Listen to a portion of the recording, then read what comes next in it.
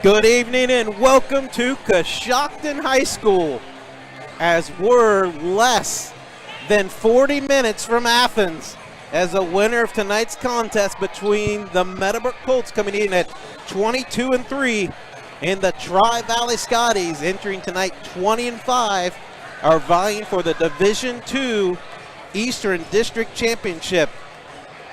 Somebody's cutting down the nets tonight between Coach Todd McLaughlin of the Scotties and Coach Jared of the Meadowbrook Colts team tonight. We got the full crew here pretty much with us tonight, some additions and some subtractions. Unfortunately, Shilan couldn't make it tonight, so we had to get replacement. Caden Whaley's in here helping produce. Brittany Rowe will be helping him with that. We got Caleb and Carson down on the court getting pictures. I'm Darren McCullough, and of course, with me is the best analyst in the Eastern District, already voted, Heath Dawson. My family must have been the ones voting. So yeah, we only accepted 2 votes, one from you and me. Yeah. Well, yeah, it's awesome to be here. I tell you what, I'm excited because it's been a while since I've been to Coshocton, especially in a tournament atmosphere like this. And I'll tell you what, you got to be proud of the Meadowbrook side. It's full, clear to the top, and you got Tri-Valley filling in. It's going to be an exciting game. These two teams met earlier on this season. So why don't you tell us a little bit about that, Darren? Yeah, early on this year, December 14th, the Scotties picked up a 64-51 victory at Dresden. Leading away for Tri-Valley was Jalen Goins-Chandler with 21. Alex Williams and Jake Frew had 10. Ty Smith scored 8 in that one. For the Colts, Jake Singleton led the way with 32 points. Trayvon Mayo had 7 points. Romeo Dorsey and Drew Webster both finished with 5. And Josh Hupp had 2. And both teams are a little different than what you've seen from that whole game. Yeah. Obviously, both teams have changed and gotten a lot better as the season progresses, because obviously Coach McLaughlin's been a long-time coach at Tri-Valley, does an outstanding job there. And Coach Jarrett's obviously first season, but 22-3, an impressive start to his coaching career on the boys' side. But obviously looking at the Meadowbrook side, Romeo Dorsey and Josh Hupp missed the first quarter of that game because late to a practice. And on the other side, Tri-Valley didn't have either one of the Lyle brothers, Luke Lyle, the senior, and Max Lyle, freshman. So two keys on each time kind of missed some time there. So I want to interject too, though, Darren. You say it's a different, different lineups tonight. One of the things about Meadowbrook, as we've seen, as the season has progressed, the importance of Meadowbrook filling out a more balanced roster. You looked earlier in the season, there was really 5 guys. Trayvon started filling a little bit, but, we've seen guys step in. Dane Singleton the other night in that Philly game, I tell you what, he made some big contributions in that second half, and I'm not so sure without Dane the other night, it's the little things that helps teams move on. And, he made a lot of big things happen. But, and then Hupp, we see Josh Hupp becoming that second scorer, a guy that, that has been reliable. We've really seen the inside play of Romeo really pick up the second half of the season. And then, there's one player that I'm interested tonight. I'm wondering if Mr. Drew Webster, he can take over at spurts and stuff. But I'm wondering, I feel like tonight Drew is going to have one of those big games that he is capable of. I'm excited to see his athleticism and some of the things that we've seen happen, as I said, in the second half of this season. I think this is a different team than Tri-Valley saw earlier this season. Oh, definitely, and this is definitely going to be exciting.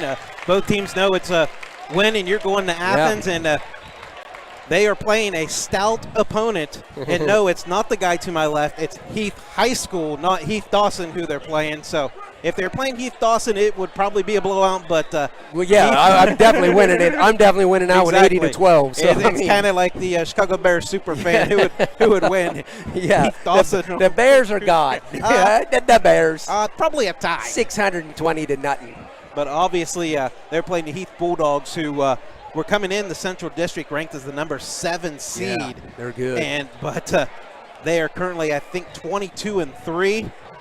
And they were probably ranked the Martins RPI, which is something they use. They ranked them as the number 1 seed in that, despite the coaches ranking them as 7. And they have backed it up so far through their tournament run. I'll give my cousins some love.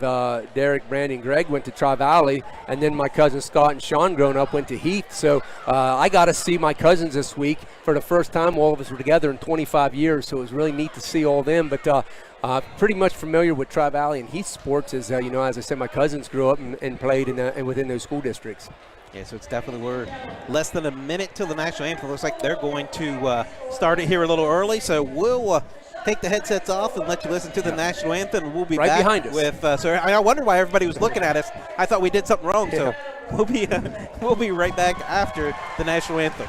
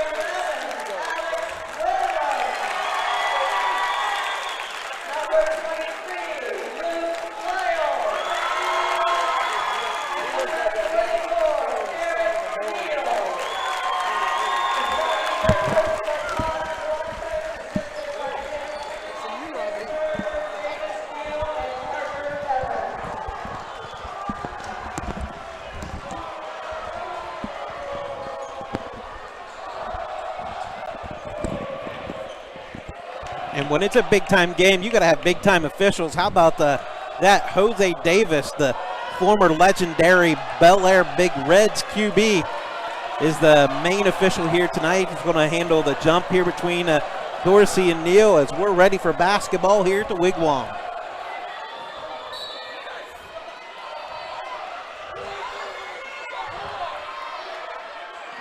And the Scotties win the tip as Jalen Goings-Chandler has it. Gets it over to Williams. And we're going to get a carry on Williams quickly. 12 seconds in, it's going to be a turnover on the Scotties. Yeah, good sign from Meadowbrook, causing some pressure. A little early jitters by Tri-Valley perhaps. So we see our game's first turnover, as you said, 12 seconds in, Darren. And both teams deploying the half-court man-to-man defense. I tell you what, here, if you've ever been to Coshocton, a unique bird's-eye view for those of us in the media. Jake with his patented scoop shot, getting the game scoring started. So here's Lyle looking to drive, kicks it over to Ty Smith. Meadowbrook early on with some good man-to-man ball pressure. Dorsey almost. Neal, and he's going to draw the foul, little bump. Yeah, unintentional on Dorsey's in there, but nonetheless, a little bit too much body for the ref's liking. Tri-Valley student section right below us, letting Dorsey know that you can do that. Well, you can if they don't call it. That's right. Good point, Darren. It's only a foul when the ref blows the whistle. Right. And I would be amiss if I was. Oh, nice.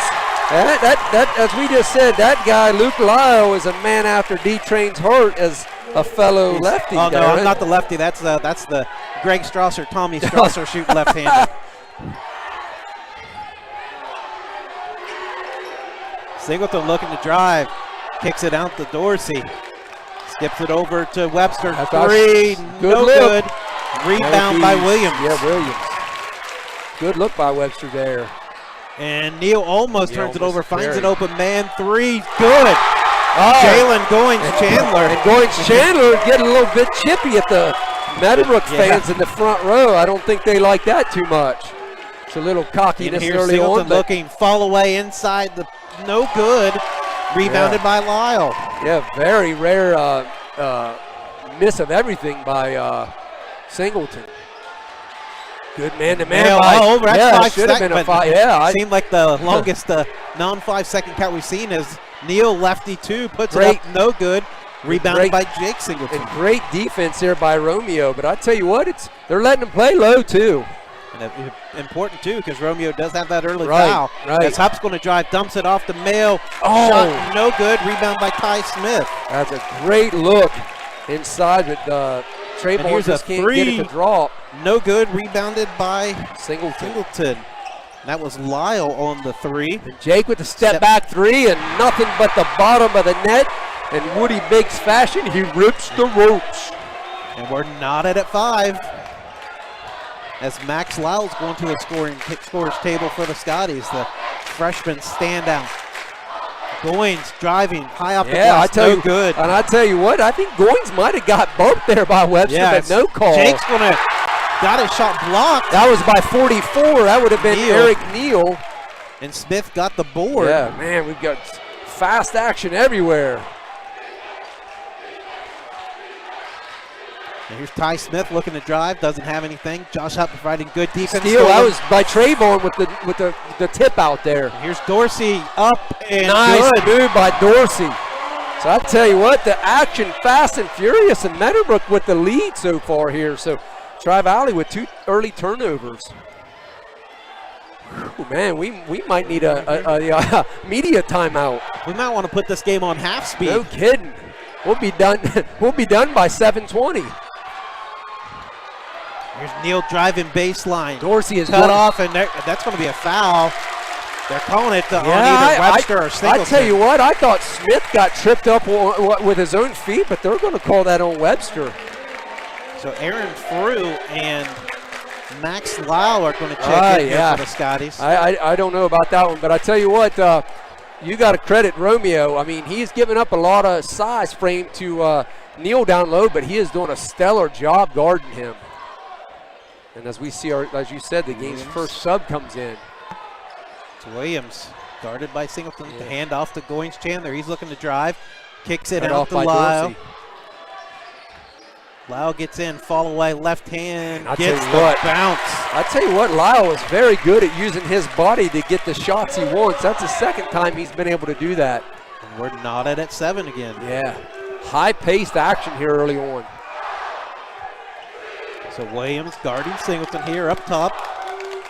Taking their time, Meadowbrook getting set up. Singleton, I think, wanted an on-the-ball screen, but nobody come over. There's a slip off easy, of the screen. Nice job. Trayvon with the assist. And Trayvon's been a good assist man, as we've talked about here. He's really found his niche within this Meadowbrook offense. Team's so concerned about the three-point shot of Singleton. Webster took advantage with the slip off of the flare and gets the lay-in. And that's Webster's. I mean, he's had 2 good looks so far in this game. There's Max Lyle, and it's going to be an illegal screen on 20 through. I was going to say, I don't know how he got that wide open, but that's how. So Neal and Ty Smith are going to check back in. They're getting Frew and Jalen Goins Chandler.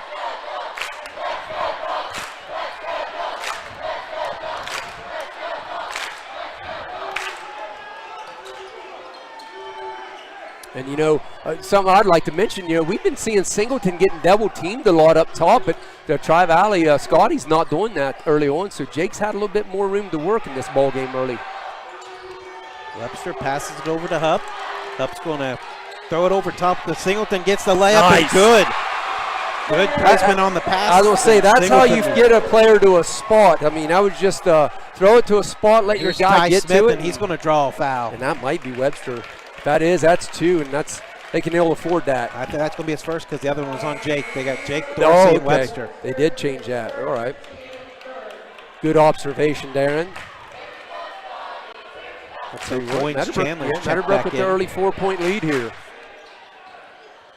And we're going to have a steal by Jake. Jumped the inbounds pass. And we're going to have a foul on the Scotties. Looks like maybe number 2. Max Lyle. Yeah, Max Lyle. So I tell you what, Meadowbrook has 0 turnovers so far, and Tri-Valley with 3. Meadowbrook's pressure, as I said, on the ball pressure has been very solid in this opening frame.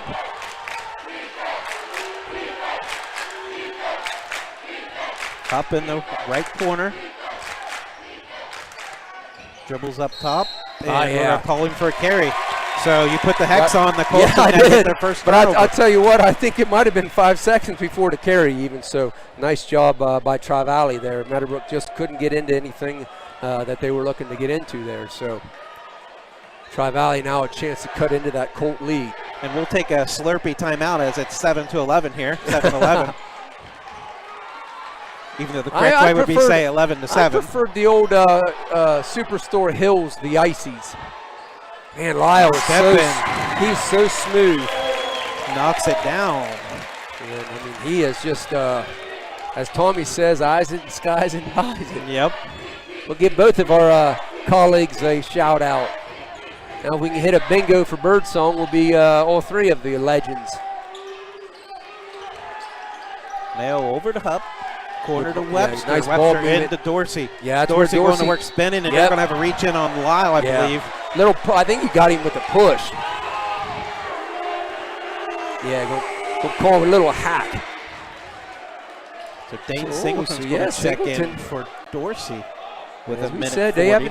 They haven't really missed a beat with Dane coming in. He has really been that nice addition off the bench in the second half of this season. Trayvon up top to Singleton, getting the ball screen from Dane. Yeah, fires the open 3, no good. Off the top of the iron back there, so it's team rebound for Tri-Valley. Yeah, and I'll tell you what, a little miscommunication there on the Scotties. They stepped off of Jake, and you don't want to give him any daylight because he'll shoot it. I don't know if he even needs daylight to shoot. That is true. He's such a confident shooter. Right, and hey, for good reason. Chandler, no good. I think it was a pass, to be honest. Yeah, I do too. As Lyle gets the ball and lays it in. Max Lyle the freshman with her first bucket of the night. We're tied at 11. Yeah, and I agree. I don't think there was any shot. I think it was a pass. So yeah, he was trying to pass it inside to Neal's post. Yeah, that ties it up. Let's see if Meadowbrook plays for the last shot with 56 seconds to go here. And that shot's no good by Jake, rebounded by Max Lyle. And I think, well, they're not going to play for the last shot. If no, oh, he can't make it. That's the first one. Wow, both teams missing some inside ones here. That was Luke Lyle, not Max Lyle. Webster, one more to Mail, three, no good. Rebounded Luke Lyle. Another good open look. Right, man. And now will they hold for the last shot? You would figure that both teams, no. And he stepped on the line. Yeah, oh, yeah, stepped on the line. Man, I'll tell you what, it's as bizarre to see. That's 4 possessions inside the last minute so far. Neither team wants to play for the last shot. I would almost guarantee that Coach Jarrett would say, okay, enough's enough. Let's play for the last shot here. Williams and Frew are going to check in. Yeah, and Jake's going to bring it up a little bit gingerly here, so good call by Coach Jarrett. What an intense opening first 8 minutes of action we've seen. And we're kicking down to 5 ticks. They better get into something here. Hupp's going to step back on the three. No good. Dane Singleton. Rebound, He's no fouled. good. Yeah, he's going to get 2 at the buzzer. So nice job. There's Dane again. Stepping up, doing something big. It's a big rebound. Huge rebound. Like Dane Singleton's going to get an opportunity here to give the Colts the lead. The nice thing is he ain't going to have to look at anybody. So that's the way I would like to shoot him. Not having to see anybody down there. Nice shot, and that gives Meadowbrook at least the first 8 minutes edge here. So. And that's right, but hey, 1 of 2, but that gives the Colts the lead. So a 12-11 lead for Meadowbrook at the end of 1. That was the only free throw shot in the first quarter. So,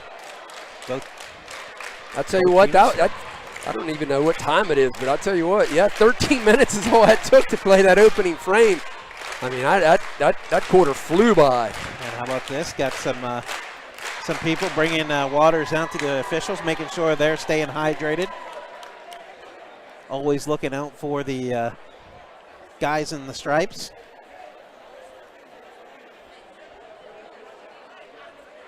So an exciting first quarter of action. I have Tri-Valley only missing 4 shots. 5 and 9. And Meadowbrook also hitting 5 field goals, but missed 4 more, so they were 5 of 13. So it's nice to see Meadowbrook getting more shots there, but that would be also one of the big reasons is because the turnovers. Meadowbrook has had some trouble here in this tournament season with the turnovers a little bit, but only 1 in that opening quarter, so great job by Meadowbrook. 4 on the flip side for Tri-Valley, so that's something to keep an eye on to see if Meadowbrook's pressure continues to give Tri-Valley a little bit of problems. We'll have to be real quick here. We're going to give a shout out to our sponsors, Downtown Arena, Westfall Services, the Markley Company, Big Fitz Barbecue, FMJ Indoor Range, the Stemmer Family, G&T's Faded Barbershop, Main Screen Printing, Cambridge Elks Lodge, number 448, Leonard and Newland Real Estate Services. Nice take by Jake. Jake with the land, so we'll get the rest of them here later in the second quarter. I'll tell you what, Jake was contested, got double teamed, and still went up and somehow managed to get that to drop on the right side. So extends the lead to 3 as Neal's going to drive. He's going to draw a foul. Yeah, that was a good job by Neal. Just knew where the contact was going to come and drew it. So he's going to be at the line shooting too. And like I said, that was a great job by Neal to use his body to get the foul and get to the line. He's off on the first one, so we'll thank the rest of them. Graham Excavating, Renovate Fitness and Nutrition, Chucky's Custom Tackle, Addison Grace Photography, Schaefer Insurance Company, and OHSAA, the Meadowbrook Teachers Union, as Eric Neal at the line to shoot his second free throw. And he's off on the second as Dane Singleton with another rebound. Trayvon fakes it, drives, skips it around, but it's going to be stolen. Kind of Eric Neal comes up with it. Ill-advised there. And Ty Smith throws it away. As Jake's going to get the steal. And he's going to go coast to coast for the lay-in. So Colts' biggest lead here, 16-11. I thought I heard a whistle, but no. I tell you, the Tri-Valley coach was going to call timeout.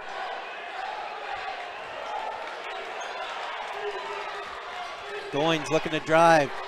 Has it off glass, no good. Rebounded by Jake Singleton. Jake feeling good.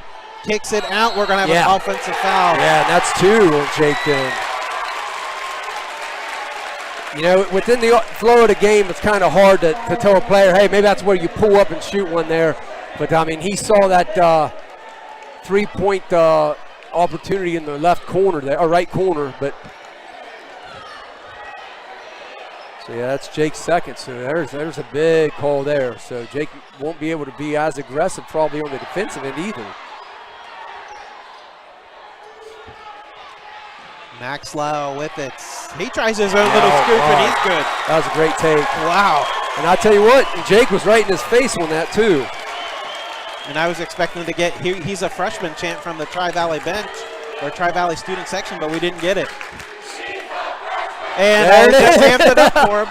As Hup's going to lift the 3, no good. That's Rebound Luke Lyle. Lyle. He gets it to Neal. Thought about it. Now he's going to look to drive, loses it, stolen by May. No, Jake. Jake, he almost loses it, and now he's going to pull it out. Yeah, I think Meadowbrook, just settle down, get your shot here. Things kind of a little hectic here the last minute or so. And Hupp thought about it. Yeah. I tell you what, if Hupp would have made the last one, I think that one would have went up. There it is. Big triple. That is going to be a timeout by Tri-Valley. So Meadowbrook now with their biggest lead at 6. So Tri-Valley faithful sitting here kind of stunned. I don't know that they expected this quite, but Meadowbrook has controlled this game. Tri-Valley had a 5-2 lead early, but ever since, Meadowbrook has been in control. So 19-13 Colts, 5:37 to go in the first half. This is kind of, to me, it's similar, kind of reminiscent to the New Philly game the other night. You know what I mean?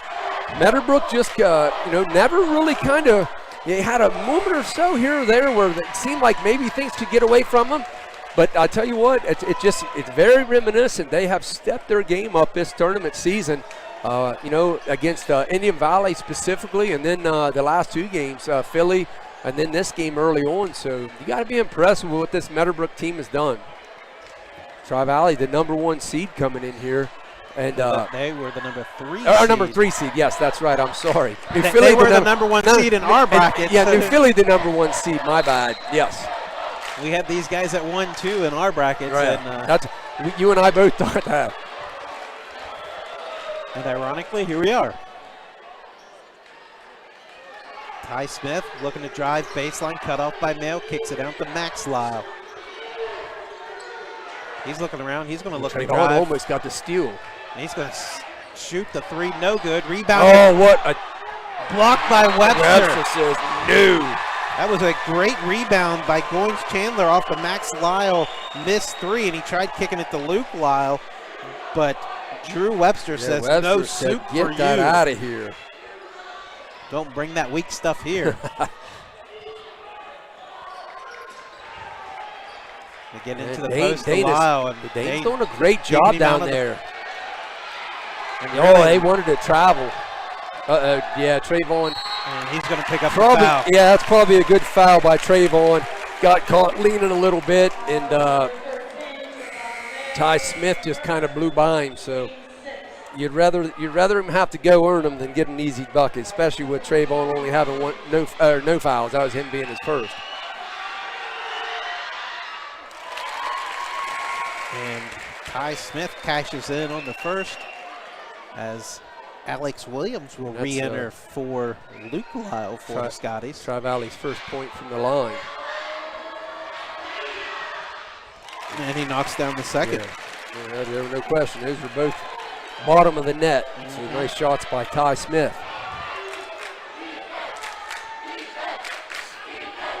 Hupp gets it over to Mayo, guarded by the freshman Max Lyle. Now back to Hupp. Hupp gets the screen from Webster. Taking his time now, Singleton with it. Surveying the field, crosses it over, gets it to Mayo. Mayo fakes the three, gets some room, but can't quite get past Max Lyle. Now he's going to drive down the middle, puts a shot up. I believe it was blocked. Yeah, that was Goings, or Max Lyle, I mean. Neal with the rebound. With the rebound.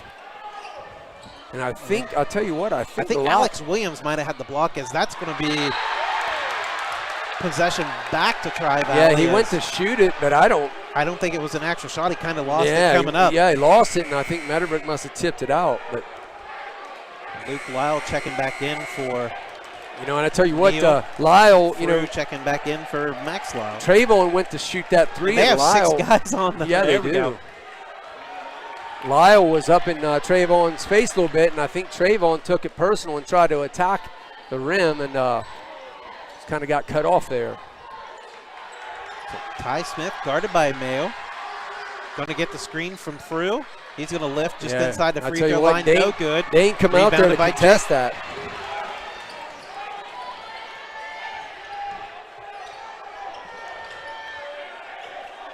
Up.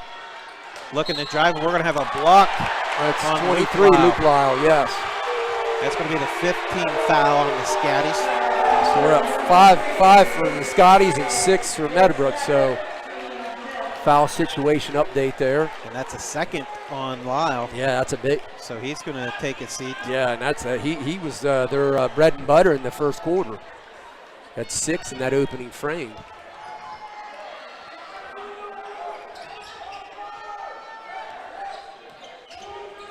Up, looking to drive. He's still looking. Finds Mayo. Gets deflected, but Dane runs it down. Good job by resetting. Yep. Swinging it around the perimeter. Backdoor look from Singleton. No good. And that was the second time Huck's been able to find that spot on the floor, but his rebound was by Williams.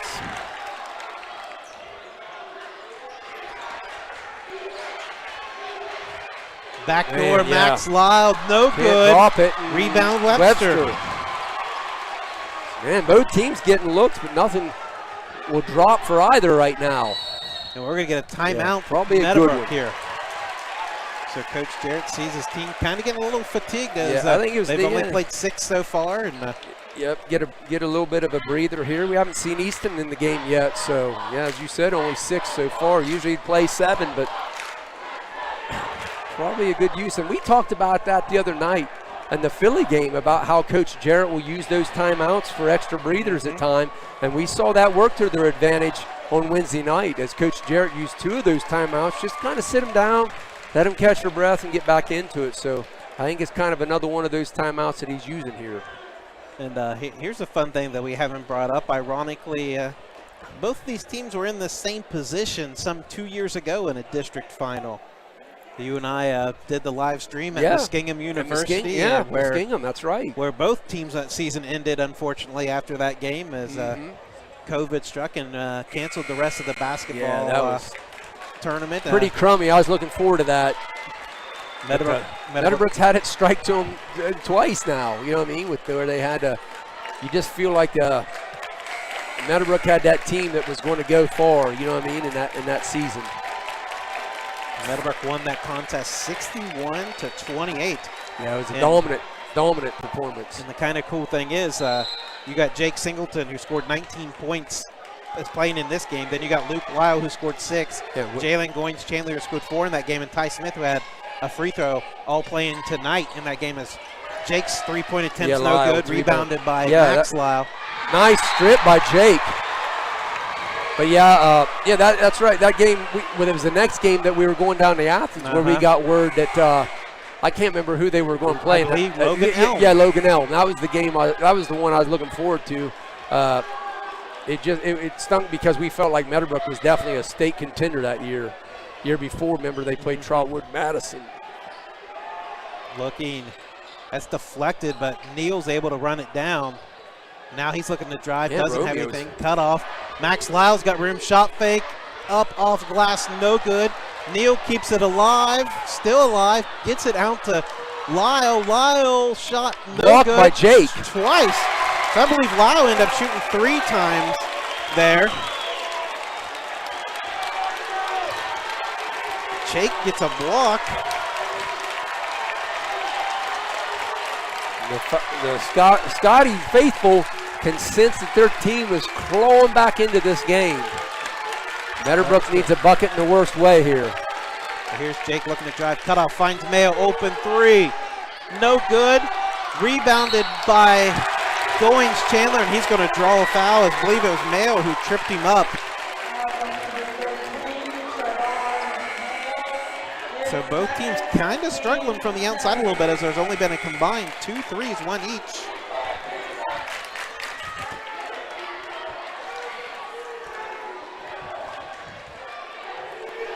And so Goings Chandler is going to the line to shoot the 1-and-1.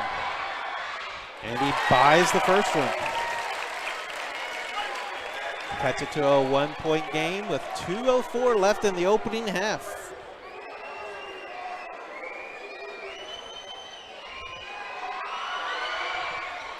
And the second shot is true. Odd-looking free throws. So we're knotted again at 19 this time. Easton and Ivo, pass chip, that should have checked in for the first time. He snuck in on us. Cup corner three, good from the Jake assist. Yeah, that's a huge bucket. Meadowbrook kind of reeling there, and here Lyle gets a wide open look for Goings Chandler, misses it, and Romeo. And they're sprinting back the other way. We're going to have a foul. Oh, man. And that's Jake's third. That's a tough call right there. And that is a big one. Big one. And you got to realize, of his 3 fouls, 2 of them have been offensive fouls. Yeah. The first one definite, but that one, I don't know about that. But hey, nonetheless, it's the call made, and the Meadowbrook's got to live with it, and hopefully they can dodge the last minute and a half here, because you can ill afford to have Jake pick up a fourth. Probably going to stay on that bench unless they can go, offense for defense. Jake may check back in here, maybe. We'll see. Maybe they're going to leave him. Probably smart on Coach Jarrett's. I think if they get an opportunity, that last shot opportunity under a minute, maybe under 30 seconds. You know Hupp and some of these guys are capable. So that's Coach having faith in his team. And Meadowbrook might just go to a little delay offense here and try holding for the last shot here now. Yeah. Well, not if you get a look inside as Dorsey puts it off the glass. That's good. A great feed by Webster. And we got... Oh, they're kicking. Going to throw somebody out of the game, I think. I don't know who. But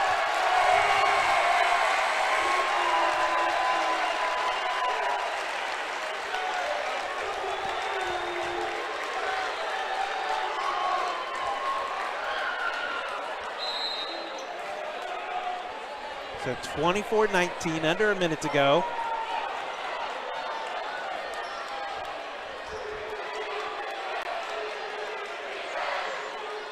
Ty Smith gets it over to Lyle, being guarded by Eibel. He's going to step through nice job and draw the foul. So Luke Lyle's going to shoot 2 here.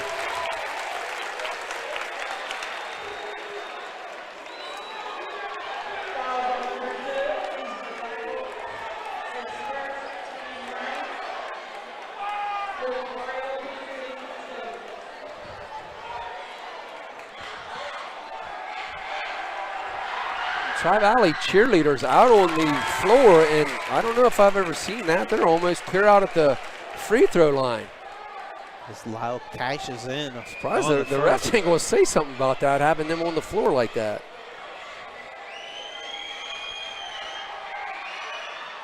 And he knocks down the second. See if Meadowbrook plays for the last shot here.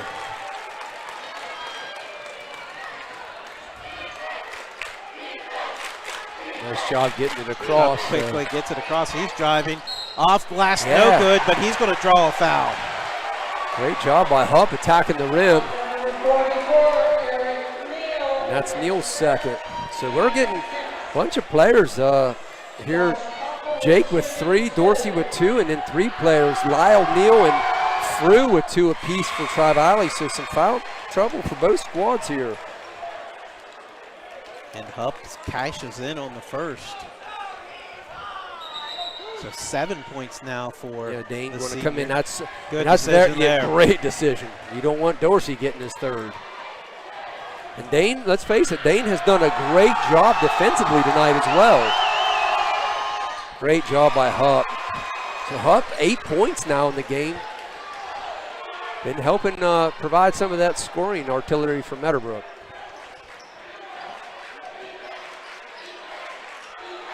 Neal looking for a teammate, doesn't see anybody. Now he's going to get it over to Goins Chandler. He's been close to getting a couple 5-second calls this game. Oh, lucky Goins didn't go into him. He might have got that foul out on the 3. 7 seconds to go here. Let's see. Goins Chandler, no good. Dane with the rebound. That's it. And I think Dane stepped out of bounds, but I think it's over anyway. They're going to see if they got time left. If he was out of bounds, there was probably about 8/10 of a second, maybe.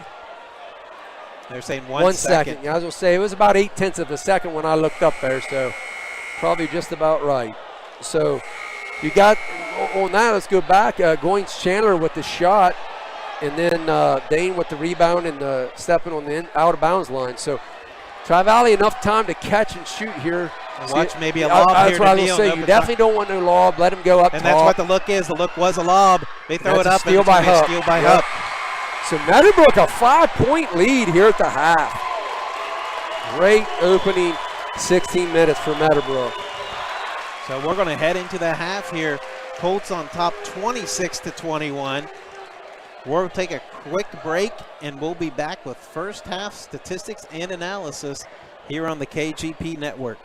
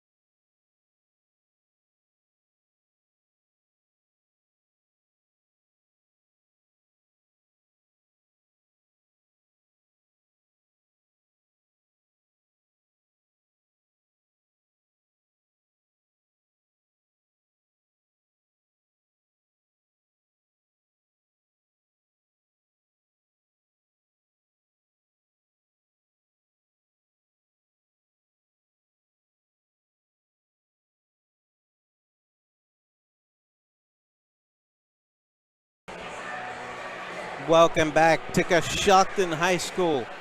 The Meadowbrook Colts on top, 26-21.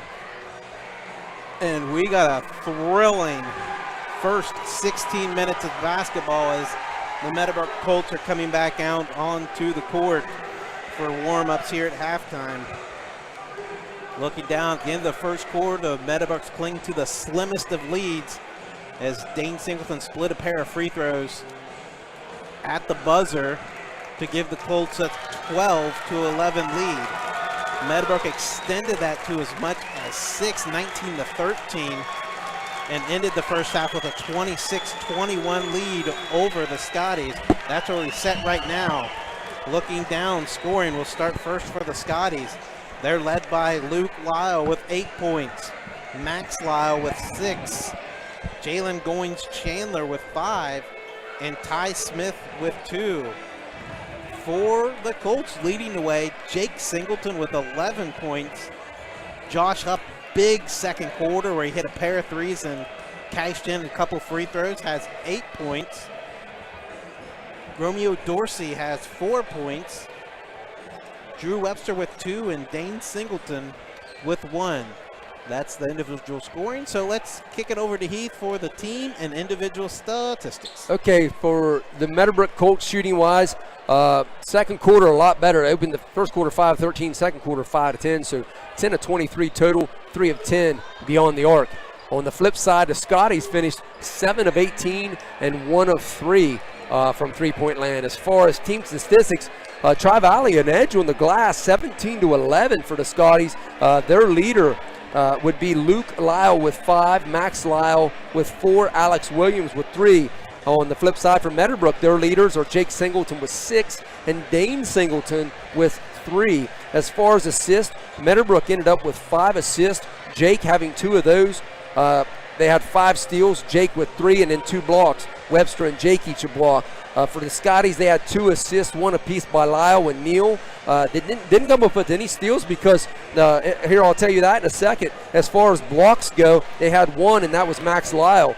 Turnovers, the Scotty had 8 turnovers. For Meadowbrook, just 4 turnovers, but keep in mind, 3 of those on the offensive charge calls. So, I mean, when you look at it, Meadowbrook has done a great job tonight taking care of the basketball offensively. With technically, take away the 3 charging calls, they've only got 1 miscue in this game. So, very impressive for Meadowbrook as far as the turnovers go. And, when you look at Tri-Valley on the edge on the board, 17-11, you would think the Scotties would be a little bit closer than that 5-point deficit. But part of the reason is because Meadowbrook has done such a great job taking care of the ball. And then also, I think the Colts have done a really good job defensively in this opening half. Yeah, both teams, again, like I said at the beginning, they know it's win or go home. And this is 2 teams that are just going to scrap and claw for everything they got. And the Scotties exit the huddle a little early as they're over 20 seconds till the start of the second half. What's your keys to the second half, Darren? Oh, big key is Meadowbrook has to continue to take care of the basketball, get quality shots. You got to figure those good looks that they missed in the first half, they're going to make in the second half. Yeah.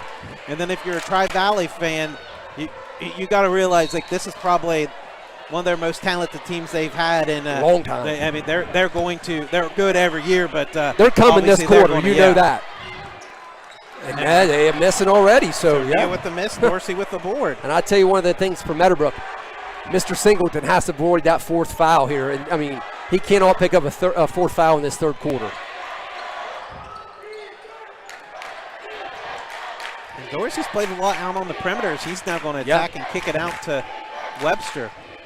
So the Colts are trying kind of spacing Tri-Valley out a little bit. Yeah, just be patient. Webster looking to drive left, pulls up. Great bucket. And I tell you what, I saw him hit that shot in warm-ups down here on our end. So not a surprise to see that fall. Lyle over to Ty Smith. Gets it to Goins-Chandler. And quietly, this is Meadowbrook's biggest lead of the game. And he's driving up, no good, but he's going to draw a foul, and that's on Dorsey, and that's his 3rd. And I'll tell you what, that was just a great job by Goins-Chandler drawing that foul, because Dorsey was standing straight up and down but just drew the body. So we saw him hit 2 free throws in the first or second quarter there. And he's long on that one. And I jinxed him. But I tell you what, his free throw kind of, as I said earlier, it was kind of odd free throws. They drift a little bit out of his hand. It's not a straight line shot. It kind of, if I remember right, it was going from kind of left to right. It was interesting. And the second that one's straight down the hatch. That was a good looking shot right there. 28-22, just over a minute into the second half. Jake Singleton walks it up, gives it to Webster. Hupp now top of the key. Dribbles They're giving around. a little bit more, a little bit more respect to Hupp Shot here. No good. Rebound over the tip, back, no. and it's going to be a. Wow, they're going to call the over the back on Hupp. I'll tell you what, I thought Neal came over Dane's back. I thought it was at least going to be a jump ball. Yeah, something. I mean, wow. But again, you know, you got to respect the referee's decision, especially you get to this district level. These guys have seen and done it all at this level. This might be Tri-Valley's first look where they're playing kind of a 5-guard look as Neal or Frew, neither one of those are on the court. Guys are on the court. Baseline's going to be an offensive foul on Lyle. Good job by Trayvon. But Lyle just got a little bit too heads of himself. I tell you what, that baseline was there, but he just kind of lost a little bit of control as he started his step. And that is Lyle's third. Yeah, his third. That's a big one. And Lyle's got to get it back in because they didn't get the sub in time. So luckily for the Scotties, they were averted that crisis as Singleton's going to step back 3. That looked no good. Rebound by Webster. Yeah, Webster hustling. And Neal pushes, not Neal, but Williams shoves him out of bounds.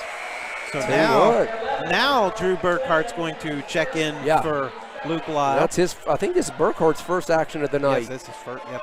I tell you what, I feel like Tri-Valley's starting to, a little bit of frustration maybe sinking in here.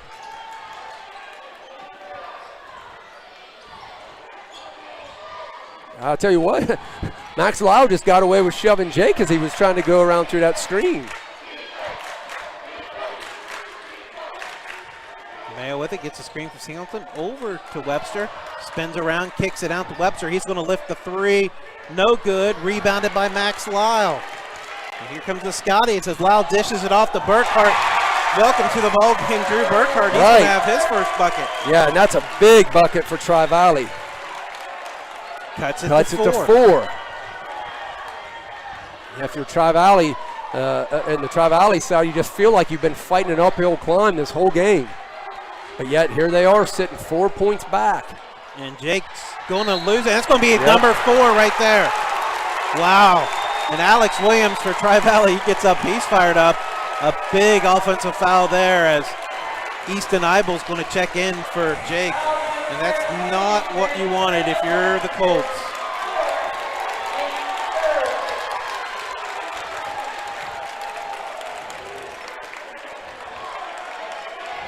On this one, I'll keep my trap shut. Max Lyle's going to lift the 3, no good. Rebounded by Webster. And Hupp's going to lift the 3. Rattles out. Dane with a huge Dane rebound. with a big rebound. And now Hupp gets cut off. They're probably going to have to look to Hupp if they're going to, for their offensive firepower here with Jake on the bench. So very interesting. We'll see what happens as Jake picked that up with about the 5:15 mark. So.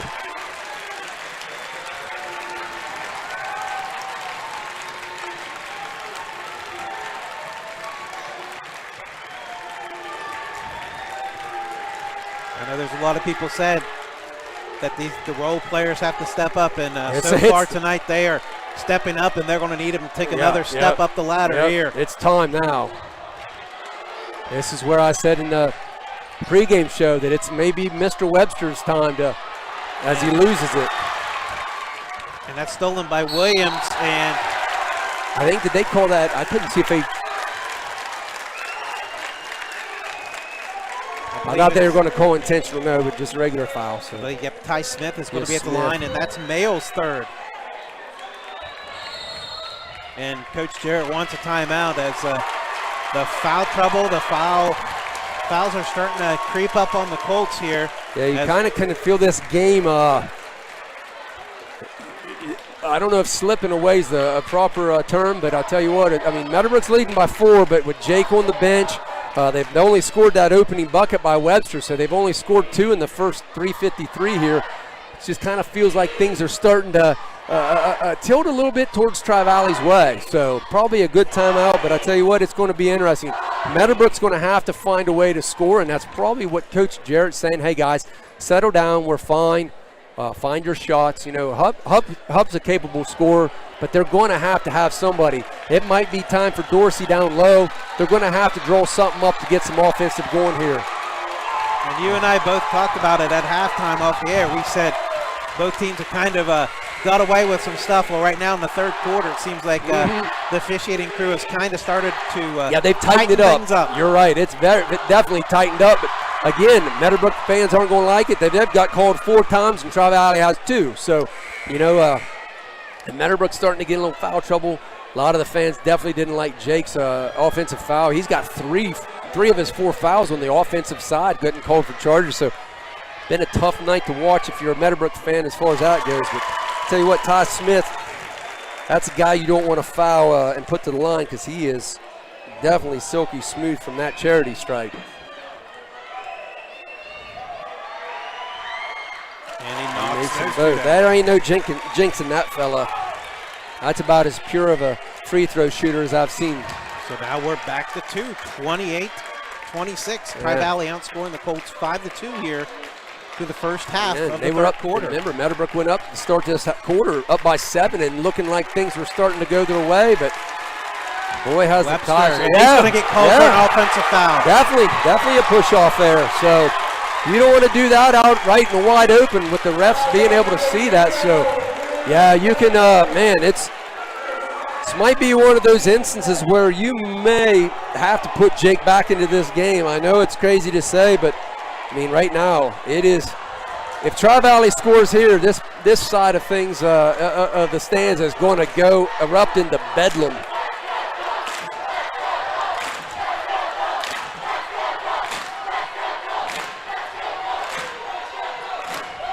Meadowbrook needing a huge stop here. Max Lau in the paint, layup left hand, no good. Rebounded by Burkhart, no good, but he's going to the line. And there, I tell you what, it just seems like no matter what, Meadowbrook's getting called for everything right now. So Drew Burkhart hadn't been in the first half, has come in, he's made a big bucket, now he's going to be at the line, shooting 2 here. And he misses the first free throw. Romeo going to check back in now for Dane, but I tell you what, Dane did a nice job coming in there in relief effort. So Meadowbrook, needs that scoring option. So, Romeo coming back in for the offensive end.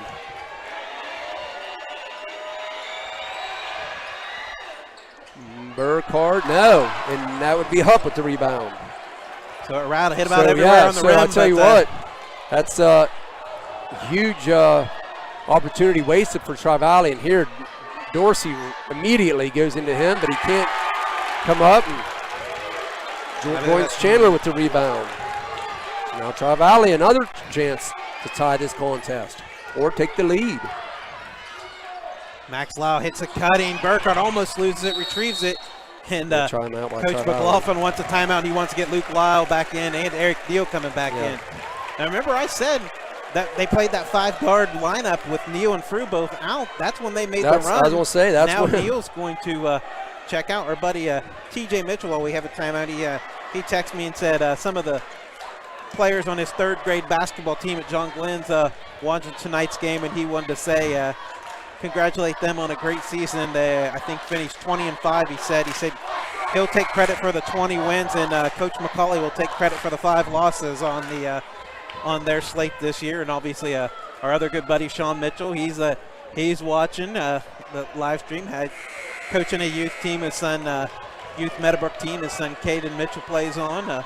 Got a lot of friends watching. I've had 4 or 5 messaging me asking about certain things that's happened in the game so far. So yeah, it's a lot of people watching this game tonight. But We need to have a social media platform that can answer all questions. A little Q&A during the live stream. Right.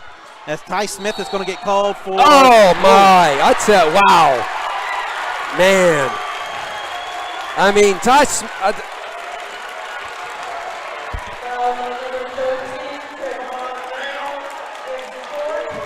So that's going to be Trayvon's fourth. A tough foul there. Yeah, I mean, Ty Smith lowers his shoulder and runs him over. I mean, that's just, I'll tell you what, wow. That's a missed one right there. And it's a 1-point game now as Dane Singleton's checked back in, this time for Trayvon Mayo. Unfortunately, Ty Smith nails this. This is going to be a tie game. So Meadowbrook has led most of this game ever since Tri-Valley had a 5-2 lead early on, but it's the fouls that's giving Meadowbrook the problem. So this game has definitely been altered a little bit as far as the foul calls go. 28-28. Hupp getting pressured, and they're going to call him over back. And this Tri-Valley student section and their fans are getting loud now as Lyles and Meadowbrook sideline just looks like a deer in headlights, and can you blame them? They were up 7, on the verge of maybe going up double digits, and the refs called Jake with his fourth foul, a questionable call at that, and now you look up, it's 28-all. Smith over to this goes down. Lyle. No good. No. Rebounded by Goings Chandler, and he's going to be shooting too. I tell you what, the foul calls are now 2-8.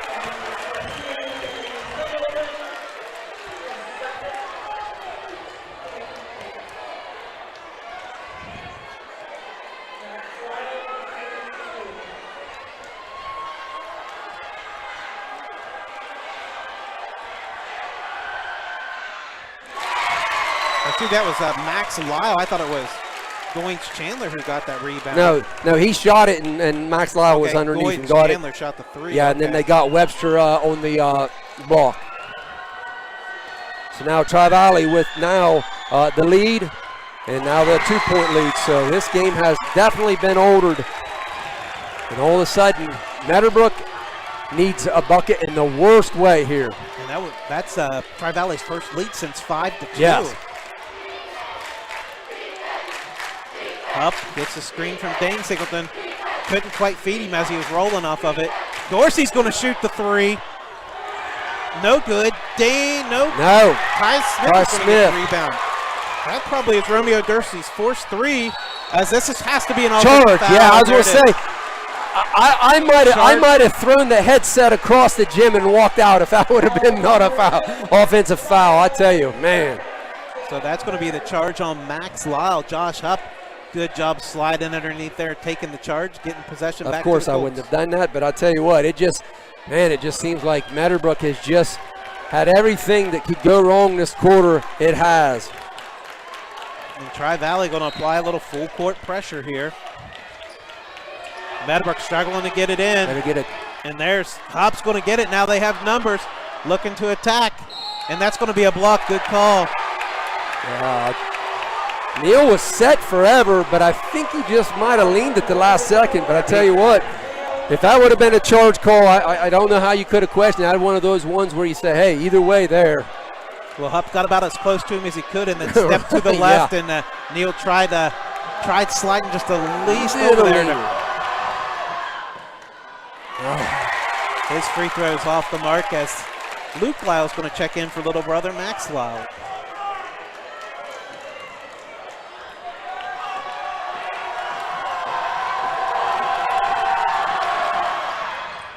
And Hupp's second free throw is good to cut the deficit to 1. Just under 2 minutes to go. Third quarter. Tri-Valley up 30-29.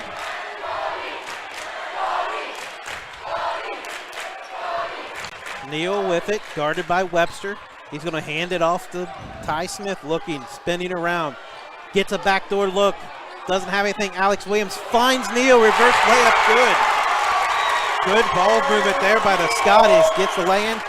Takes a 3-point lead. Ties for the biggest lead of the night for him. Hupp driving. Elbow, left elbow, no good. Not the shot Meadowbrook needs there for sure. Rebound was by Neal. Now Smith kicks it over to Luke Lyle. 3, no good. Dorsey skies up for it. Yeah. Coach Jarrett telling him to slow down, be patient, be smart. This is where you probably want him to play for the last one here.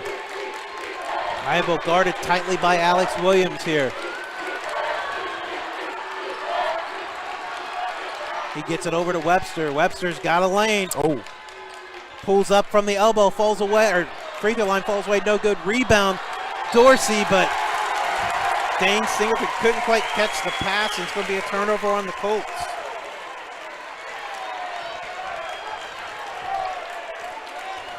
So 32-29.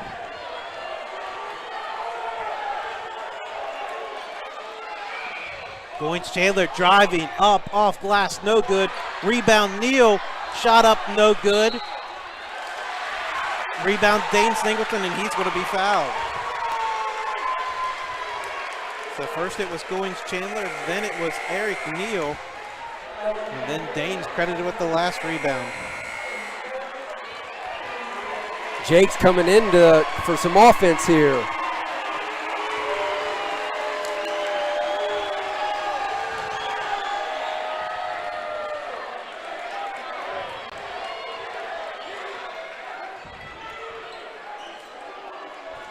Ticks remaining. Scotties by 3, 32-29. Meadowbrook possession.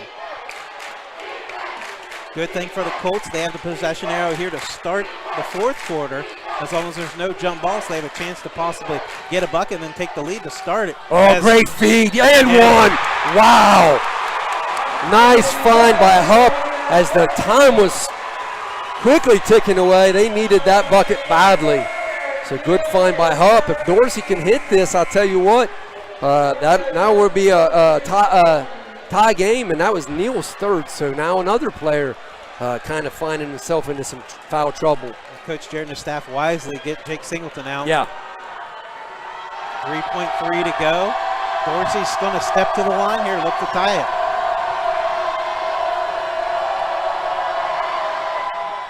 And he does. Huge bucket. So 32-32, half-court shot from Max Lyle is offline. And we're going to the fourth quarter. And we are just like how we started the game, knotted up. As we're tied at 32 here at Coshocton High School. And while we have a moment, we'll congratulate some other teams who have on the girls' side who have punched their way to the state Final Four. Unfortunately, I hate saying it, in Dayton instead of Columbus, but it's going to be in Dayton again this year. A name we might be familiar with, Lou Scooter Tolston, his Union Local Lady Jets, picked up a 69-67 victory over Fairland. And then last night at Zanesville High School, the Sheridan Lady Generals advanced to the Division II state tournament with a big win over the Warren Lady Warriors. So congratulations to both of those teams. But the here and now, we're tied at 32, Meadowbrook Tri-Valley. It's the heavyweight contest we expected here Saturday night. And people are getting every little bit of their money's worth. As both teams now potentially 8 minutes away from Athens.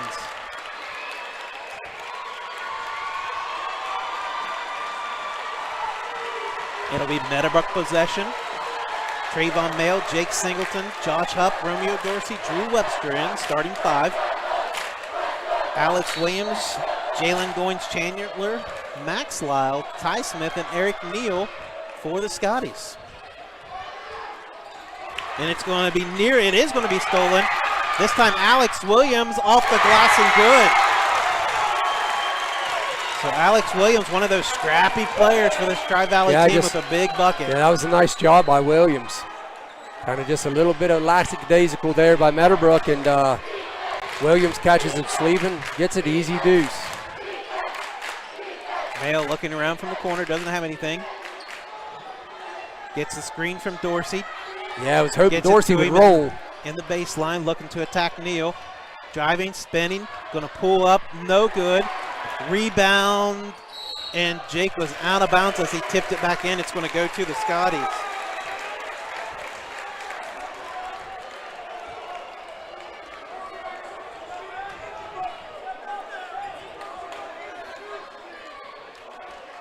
7:10 left in the contest regulation. Jalen going to Chandler, bringing it across the timeline. Gets it in. Yeah, trying to Lyle. get Jake. There's nothing Jake could do. I mean, just gotta let him go by. There's no way you could pick up that 5th foul. So Scotties wisely using that advantage, knowing the situation. Now Singleton guarded tightly by Alex Williams. Kicks it out to Mayo. He's going to shoot the corner 3. No good. Webster's going to get the rebound and fouled, and he hit hard. Yeah, real hard. Hopefully, yeah. And it's good sportsmanship by the Tri-Valley players. Definitely. They're helping him up. Yeah, nice job by Goins Chandler to help him up. And man, then Max Lyle. He hit hard. Just a little, I think, knocked the wind out of him more than anything, but. Max Lyle and all that picks up his 3rd. So Tri-Valley here leading. And this is going to be a 1-and-1 here. Yeah. So that was a great rebound by Webster. That was with one huge. arm. I mean, he skied up for that. I mean, that's just desire and effort, knowing the situation. I mean, as you said, you win or you go home. And Webster, being a senior, knows this is going to be a team board. Romeo tipped that out, but I mean, this is the time to put it all out on the line. And man, that was a tough free throw for Drew there. Obviously, just getting the wind knocked down of you, and then having to go to the line and shoot the free throw. Still kind of trying to shake the cobwebs out a little bit, so to speak. Now, I could come from Jacqueline's day spa and still not hit one. So I couldn't imagine hitting the deck like that trying to shoot. That was a great D by Hub. What do you do there? Max Lyle, just a tough bucket. So the Scotties, first 6 points, and you start to get the feeling that it's danger time for the Colts. So Coach Jarrett with the timeout. That's going to be a full timeout. Yeah, I mean, ever since you look at since Meadowbrook scored that first bucket of the 3rd, they have now been outscored since that point, 17-4. So and that was when Jake picked up, of course, his 4th. So really, this game has the tide has turned in Tri-Valley's favor ever since. It's kind of danger zone here. You just feel like, Meadowbrook's got to somehow, some way dig in, get a bucket here, and then get some defensive stops. Tri-Valley has really turned up the pressure, and in that 3rd quarter, scoring from the line as well. Ty Smith hitting 4 free throws, so it's foul trouble. Jake for 4, Trayvon with 4, Romeo and Drew with 3 apiece. On the other side, Tri-Valley, Max Lyle, Luke Lyle, and Eric Neal with 3 each. So, 7 of their 11 points in that 3rd quarter came from the free throw line. Yep. So, Meadowbrook, Tri-Valley faithful up. Meadowbrook needs their fans now more than ever. So Jake again, just recently named Eastern District Player of the Year. That's, I think, 6 years in a row that's a Meadowbrook player's been named. That he's going to lift. Wow, that's huge. That's Jake's first bucket of the 2nd half. So much needed. Makes now it a dig in and get a stop game here. Yeah, good switch. Lyle realizes Jake's on him. And Max Lyle's going to lift a long He says, hey, anything you can do, I also can do. So it's been the Max Lyle show here the last few minutes for Tri-Valley. He's got 7 of the 9 points this quarter for the Scotties. Yeah. And here he's a freshman chancer starting again. Yep. He's going to be a good one, that's for sure. He may be a freshman in class, but he doesn't play like it on the basketball court. At all. And he's not built like a freshman. Dorsey's going to lift the 3. He nails it. Oh, little Joel Embiid action there. Nice shot there by Dorsey. And I don't know Meadowbrook trusting the process. I don't know if he's attempted a 3 this year. He has not attempted a 3, and his first 2, and probably none of them as big as that one. Yeah, Dorsey, I tell you what, he's going to get called, but I'm not so sure Neal didn't have a moving screen there, but Dorsey now is 4th. So now 2 Meadowbrook starters in deep trouble, and Coach Jarrett frustrated on the sideline. I mean, didn't blame him. So Neal missed his 2 in the Neal's first going to go to the line now for one more, and then they'll be in the bonus, so double bonus. Now Tri-Valley and Meadowbrook faithful need to make some noise here. As you can hear this gym are rocking. And Neal, smooth shot there on the first. So now Tri-Valley with a 42-38 lead with 5:08 remaining here in the fourth quarter at Coshocton High School. And Neal cashes in on both of them. And as much as he missed the first two and the second, those were both down the bottom of the hatch. So good shooting there by Neal from the line. Trayvon's got the open three from Singleton. Yes, bingo. Meadowbrook, Trayvon and Dorsey, you know, guys you wouldn't expect. Ty Smith using the body. I tell you what, this is like a heavyweight fight in here tonight. This has been unreal. Now Jake is here. Lifts a big three. Rebound, Webster with the massive rebound and putback, and it's now a 2-point deficit. Webster splits a pair of Scotties to get the board and to put back as Ty Smith drives and lays it Trayvon can't pick up his fifth. That's the problem for Meadowbrook right now. They can't foul because guys will be fouled out. So, I mean, Smith and the guys knowing that. And there's Jake with the scoop in the bucket. Now we're back to a 2-point game. I tell you what, I should have bought some nitroglycerin. And almost. Oh, yeah. And he thought for a second Neal was going to hand it off. I thought Dorsey was going to get called for the foul because he got a little bit of a hand check there, but they let it slide. And Smith is he's just having his way. He knows Coach Jarrett's, he's upset, but there's nothing you can do. I mean,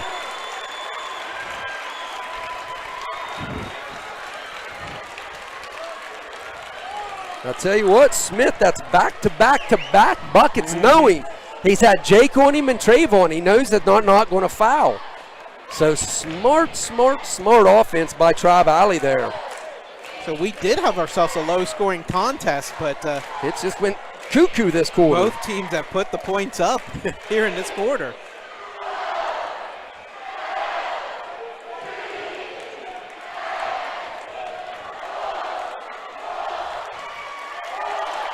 So 49-45, Tri-Valley. What a game. 3:52 to go in regulation. And I tell you what, I don't know how this game ends up, but if Meadowbrook somehow can find a way to pull this out, it'll be unreal knowing the situation that they faced with Romeo, Trayvon, Jake in foul trouble. I mean, just the fact that they're sitting here only down 4 is a testament to their fortitude and their heart. You've got to admire what Meadowbrook's done here against this tough Tri-Valley squad. Jake's going to bring it up for the Colts. Passes it over to Mayo. Mayo up top to Webster. Swings it over to Hupp to Jake Singleton. Yeah, Jake's looking to drive. Step back three. Steph Curry, who? The step back three. And it is a 1-point. Now Tri-Valley's side a little quiet. Here comes Ty Smith again. And now they switched up. Webster's that's a good switch by Webster. Luke Lyle trying to get it on Trayvon, but tough shot by Lyle, switching hands at the bucket there.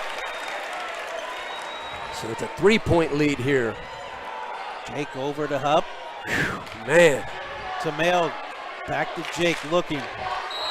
And we're going to have a foul. And that's going to be a 1-and-1. The foul's going to be Burkhart? on Burkhart. Yeah, Burkhart. I didn't know what I did not see that one, so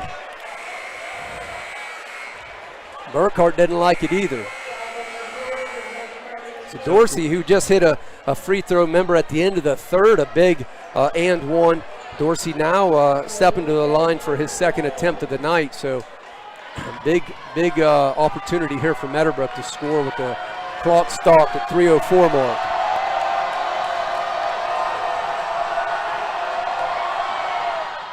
Dorsey, man.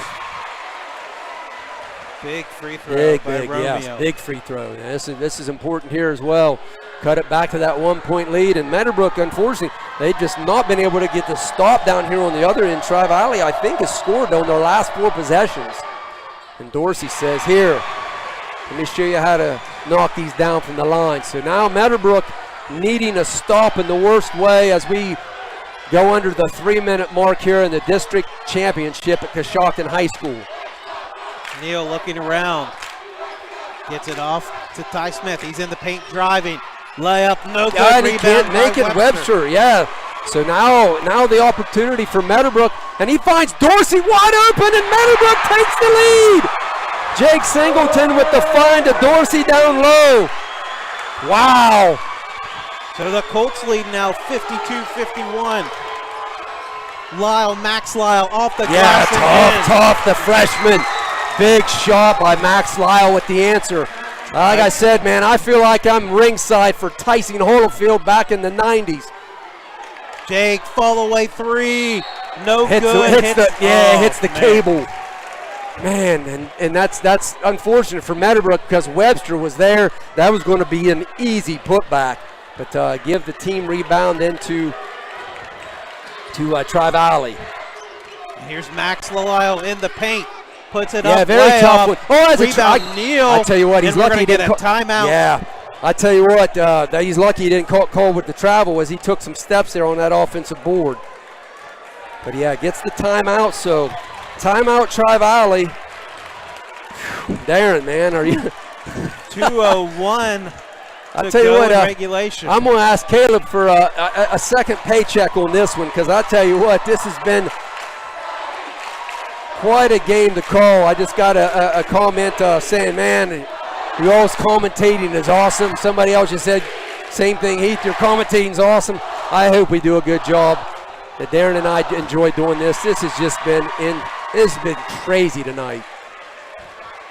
It just seems like the farther we get, the more intense these games get, and that's the way it should be because there's nothing better than tournament basketball action.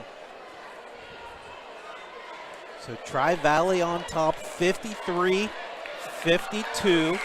2:01 left in regulation. Scotties have one timeout remaining. The Colts have two.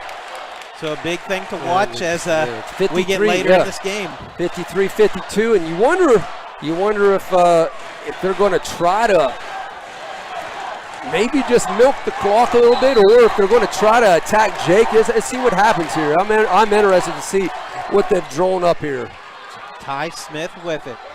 Yeah, they're going to pull it out. The old Gene Ford four corners here. As you can see, yeah, four corners. And there's no count here. Yeah, there should be. They're getting Meadowbrook fans not happy. Max Lyle in. Man, he is just, I cannot believe he's a freshman. He is a very good player. So 3-point lead. Jake over. Oh, man. Smith layup is good. That's huge. That's a huge turning point in this game because that's a 5-point with 120. That could prove to be the costly steal by Smith.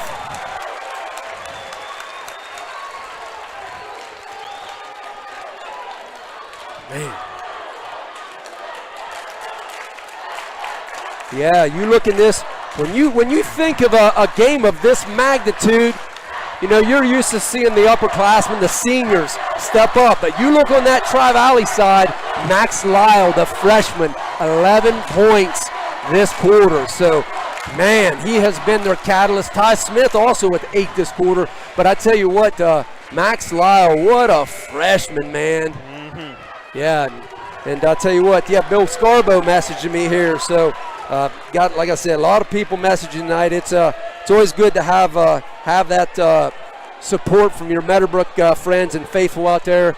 We appreciate it. It's been a run.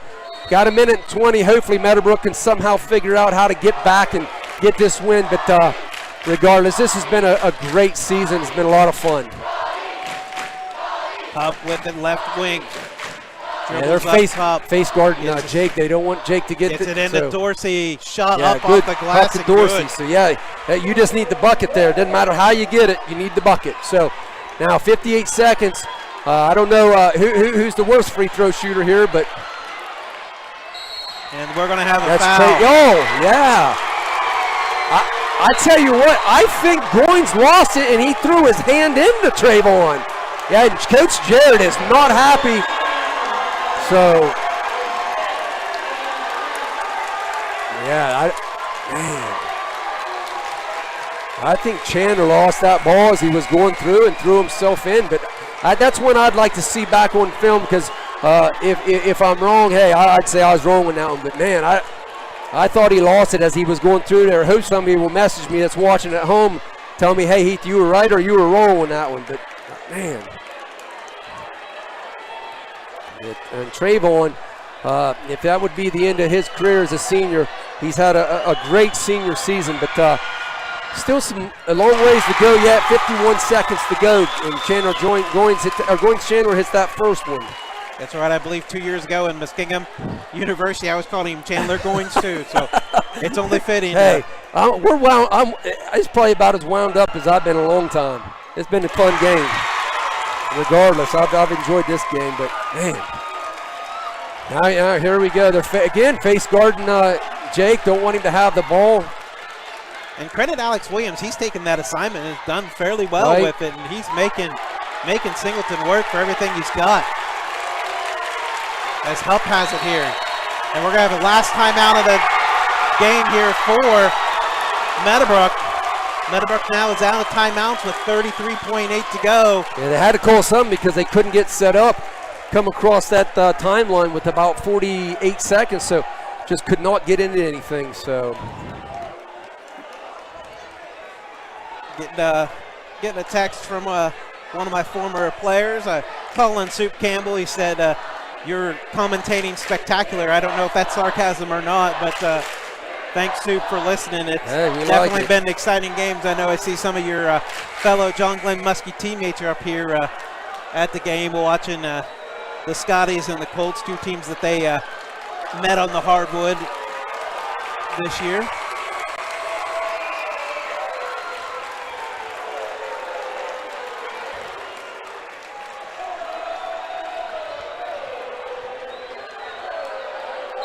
He told me it was a bad call, so there you have one person in support of you. I thought it was. So, Campbell, Soup, thank you. If I was wrong, I'd also said thank you. I didn't think it was the call. Hupp's going to lift the three. I think he got a piece of it. Dorsey rebound, put back and in. Meadowbrook applying pressure. It's passed in, and Alex Williams gets it. He's fouled, and you said, who's the worst free throw shooter of this group? I don't want to say there's a bad free throw shooter on the team. But, I was going to say, I guess if I had to pick of these five, if I was Alex Williams hadn't taken he took a three, and then he made the two. Yeah, so he made that layup. He would be the guy that I probably would pick. So, and that was only Hupp's second foul. So Hupp's the guy that's going to have to do the foul in here. If he misses both of these, I tell you what, it's interesting now. Whew! I tell you what, I would be. If it was me, I couldn't shoot him. I'd airball both of them. I'd be so puckered right now. I'd be a nervous mess shooting these. And he misses them both. Oh, my goodness. Folks, it's coming down to 12. If I'm Tri-Valley, I'm fouling him. I'm fouling him. Jake's going to lift the long three, top of the key. Oh, he missed it. Rebound, Dorsey. Oh, my goodness. He makes it. We're going to overtime. Holy smokes. We're going to overtime! Wow! Wow! I can't believe it! Eibel hits the biggest shot of his career! Holy smokes, Train, I'm sorry for your eardrums. I'm sorry, folks at home, that I hit 150 decibels on this. But wow! What a shot, Tri-Valley's fans. They were gassing their cars up, ready to head to Athens, but Meadowbrook said, not so fast. We've got bonus basketball. And Easton Ivan hasn't attempted a shot all night long until that three-point attempt. And I was looking at the clock. There was roughly a little over a second left, and Coach McLaughlin elected not to use the timeout. And here's my thing. I was sitting there saying, why didn't Tri-Valley foul him? You know what I mean? There's no reason to let him get a look at a three. I mean, I coached with Tito Mitchell at John Glenn. I coached at Meadowbrook for 3 years, and I'm telling you what, if I was coaching still, I would have said, we're fouling him. We're not letting him get that three look. Holy smokes. Well, Jake took a contested three. I think the thing is that Tri-Valley was hoping it was going to be a one and done, but Dorsey with the hustle rebound. Dorsey with the biggest career of his life, rebound of his life, and then the assist. Holy smokes, we're in overtime now, folks. And since we're borrowing lines from legends, we're just going to say onions on that Onions. On that Yeah. Easton Eibel free throw. Onions is as right. Meadowbrook wins the tip. So Jake came into the fourth quarter with 4 fouls, still playing with 4 here in overtime, and he's going to get it to, and we're finally going to have a foul on here. Ty Smith. Wow, I tell you what, yeah, Tri-Valley fans don't like it, and I tell you what, I'd have to agree with them on that. I'll call them both ways, but I tell you what, man, I didn't see the foul on Tri-Valley there, so Meadowbrook, luckily, he's going to get a go to the line. And that's just one and one. Still only 1-and-1 opportunity. And Dorsey with another rebound. Holy Jake smokes. lifts the 3. And he nails it! Dorsey to Jake with the 3! So Dorsey auditioning for that assist man job as a point guard, as he's got 2 big Man, assists this is here. unbelievable. What a heavyweight bout here. I feel like we're at the MGM in Vegas. Going Chandler, no, he doesn't get it. Over the back. Eric Neal over the back. Dorsey with the position. I tell you what, Dorsey has stepped up in crunch time here and has just been an animal on the boards. And remember, it was Dorsey while Jake was out in the fourth that hit that massive 3 and then the 2 free throws. So, man, we said Meadowbrook's secondary players had to step up, and Dorsey has done that.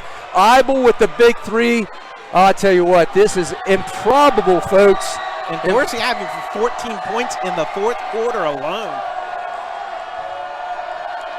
And this is 2 now.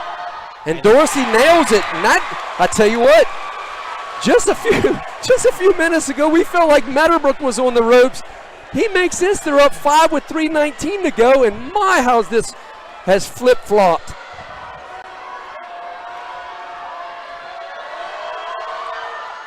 And Dorsey right now is just a robot. He is making everything.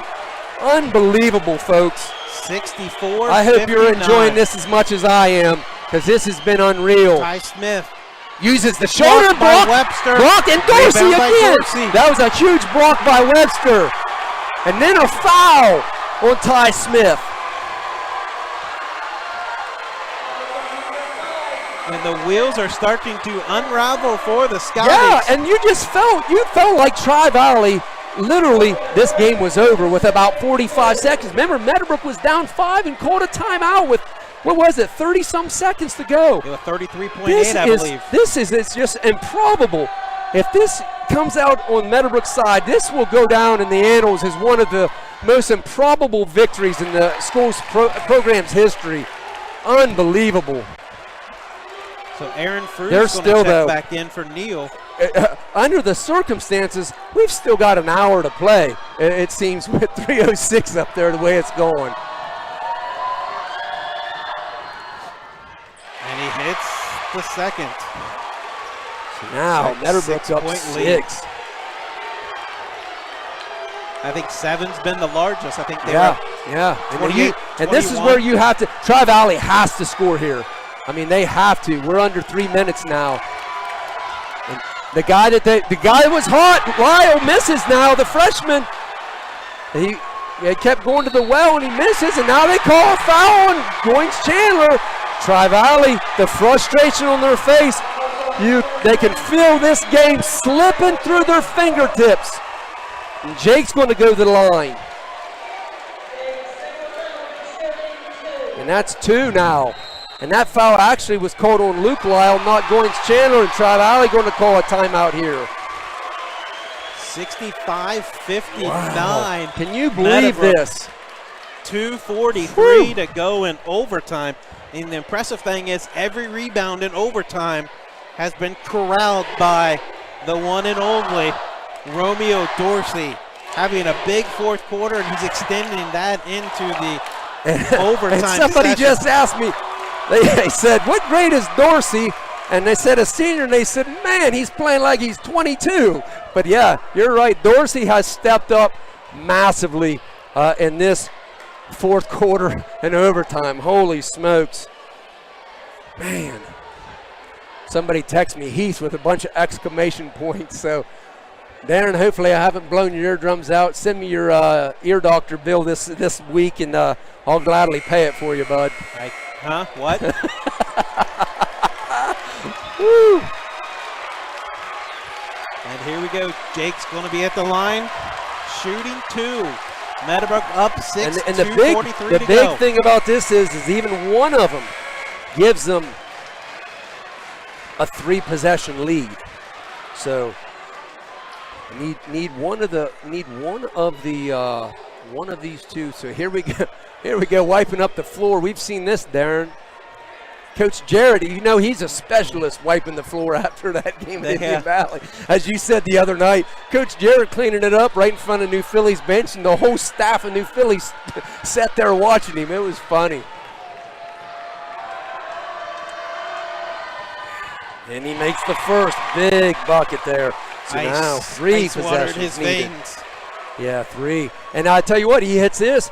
Meadowbrook's largest lead right now at 7. He hits this. It'll give them their largest lead of the night at 2:43 to go here in this district championship game. And Jake, no doubt it. Cash is in on the second. 8-point lead. And now you just 3-possession game. Yeah, you see if Tri-Valley gets in hurry mode. Lyle may have got away with a travel. Gets it to air Max, ball, and no Jake good. with the rebound. You kind of feel like this game is about over. And Jake's jumping Yeah, around. smart. That's what you want. And yep, just still not fouling. No. They don't want to foul him as they find Eibel to blocked Dorsey. by I don't know who. Goins Chandler going coast to coast. No good. Rebound Ty Smith up and in.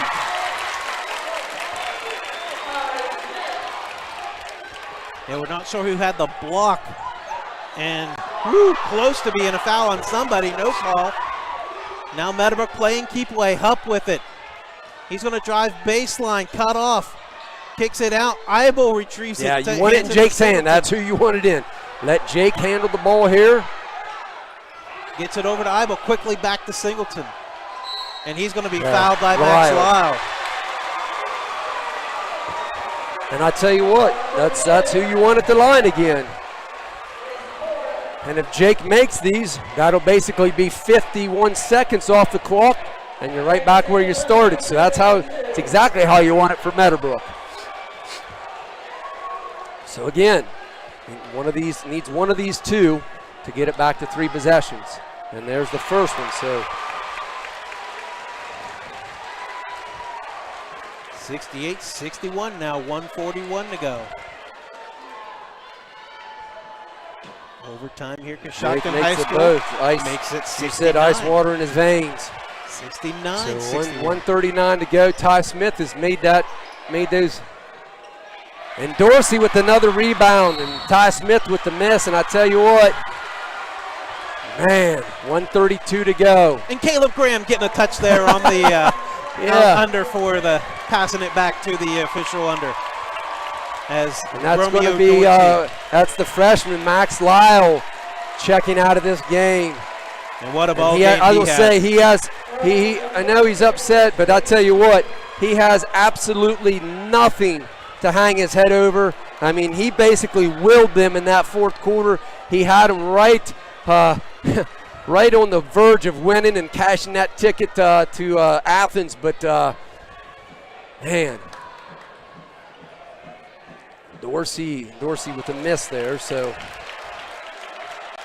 Dorsey, now I see that's 3, 4, 5, 6. I got Dorsey 6 of 8 at the line, maybe. Is that right, Darren? That sounds about right. All right, sounds good. We'll go with it. And he misses them both. That's big misses there. But Luke Lyle with the rebound. He's going to drive down the lane. No, Eibel with the foul. That's not what you want. Yeah, not what you want there. So right now, we're looking at this overtime period. 10-0 Meadowbrook in this OT period right now, I believe. Or 10-2. Or 10-2, yes, 10-2. And it's still 10-2 as Lyle misses the first free throw.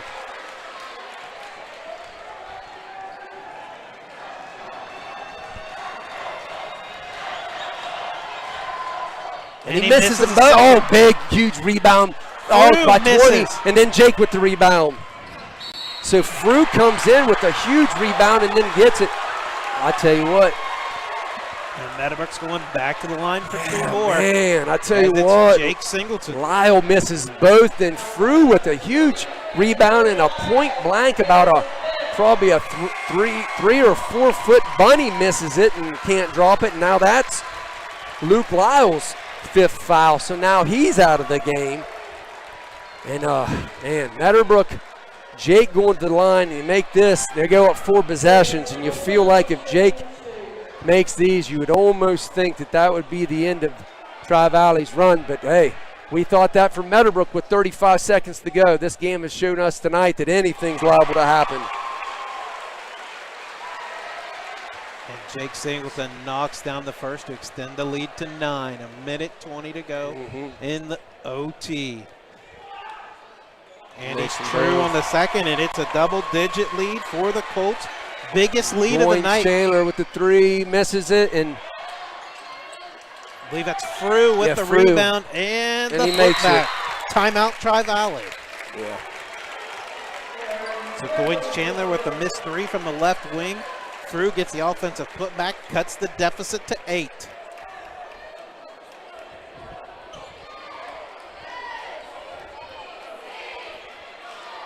This is where you want to just somehow, some way, some shape, get the ball to Jake.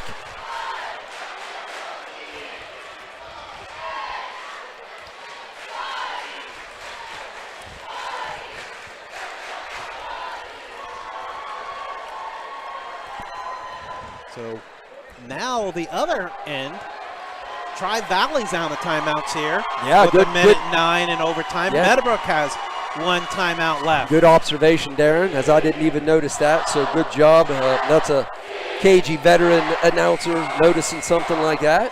And that possession arrow is to the Scotties. Good job on that as well. That's why you get paid the big bucks and travel in our 747 with Tommy to the KGP pregame show on Thursday evenings during fall season. Get the KGP tour bus, the new updated Madden bus. You guys get the shrimp cocktail while I got to eat stale Tostitos.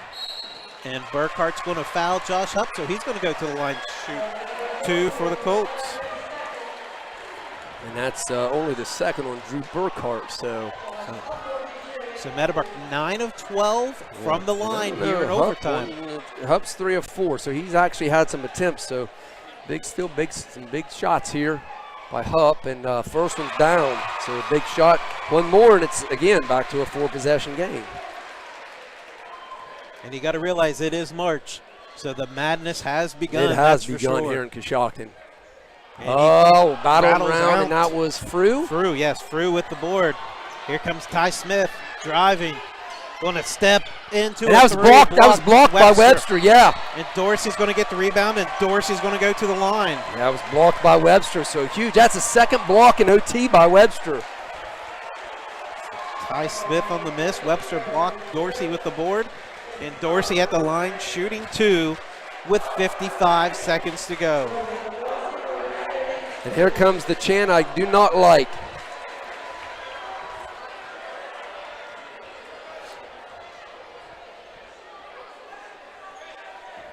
I've never liked the overrated chant. Never been a big fan of that one. Train, what about you? You don't mind it? Well, you're a Duke Carolina fan, so you would chant overrated if it was the Dukies, right? It's all fun and spirit. Yeah. Then Dorsey knocks down. Yeah, Dorsey looking like a 5'8" point guard in this overtime period. And I tell you what, Goins Chandler with the skies it up. That was Alex Williams on the rebound. And now Ty Smith driving, no good. And tipped out, and Jake's going to have the rebound, and he's going to be fouled. And I would probably venture to say that that's about all she wrote for Tri-Valley. Meadowbrook going to probably punch their ticket to Athens in an improbable fashion here. Remember, with 35 seconds to go, down 5, it looked like it was about over. And man, Easton Eibel, he's going to be remembered for a long time in Meadowbrook. That's one memory that'll stick in his mind for his lifetime. It's unbelievable. So Singleton with his first free throw up and in. And his second one also up and in. And it's a 13. And remember, Jake's had 4 fouls since early in the third quarter, and Goins Chandler, he misses it. Burkhart with the board. Ty Smith, 3 good. Off the assist from Burkhart. And we're going to have another foul, and Jake's going to go at the line again.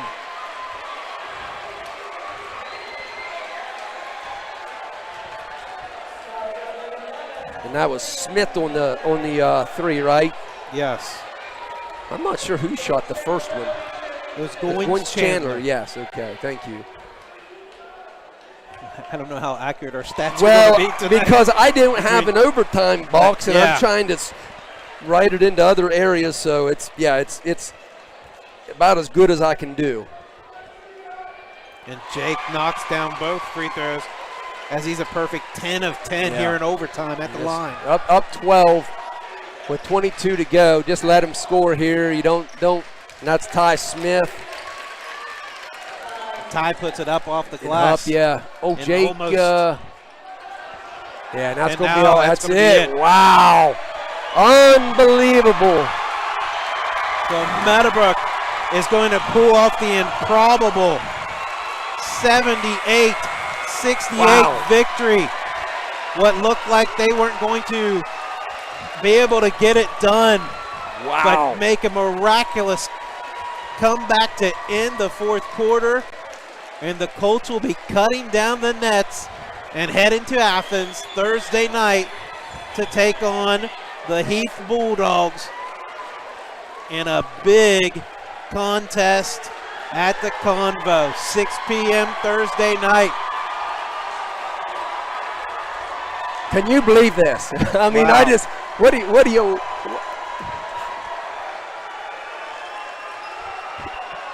I looked over at Mike Snively, and he just looked at me and with the kind of bugged his eyes out and said, "Wow!" And I said, "Yes." That's all you can say about this game is wow, unbelievable. And you know what? You do feel for Tri-Valley fans because 35 seconds to go, and I mean, like I said, they had the buses warmed up. They were ready to drive to Athens, and man, if you want to talk about snatching victory from the jaws of defeat, I think we just witnessed it. Wow. Wow. That's all you can say. I mean, wow. I mean, yes, hashtag wow. Let's get that trending. Hashtag wow and everything Meadowbrook tonight. 78-68 overtime victory. Stay with the live stream. Yeah, please stay with the live stream. We'll let you see the cutting down of the nets and the ceremony. We'll be back with statistics. Take a break here with statistics and analysis. We'll leave the audio on for you so you can listen as we compile everything together here.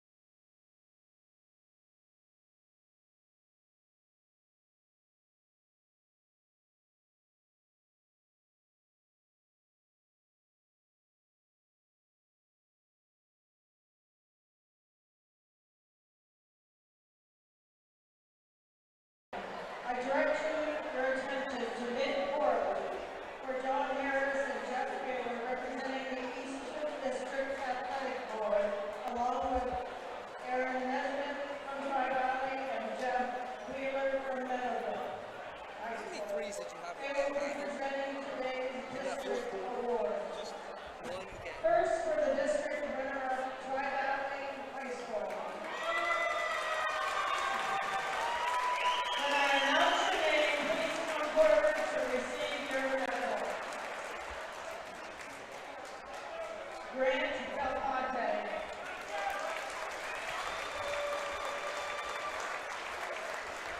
Max Lyle. Jalen Williams-Chandler.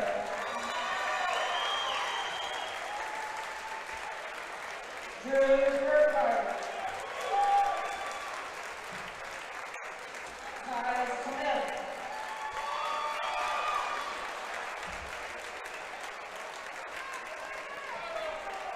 Reese Smith.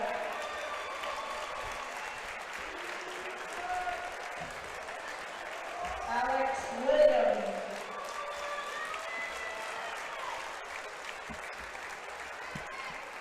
Jaden Walker.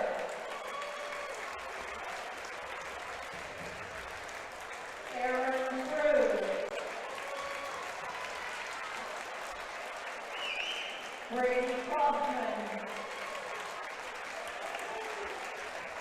Trey Williams-Chandler. Luke Lyle.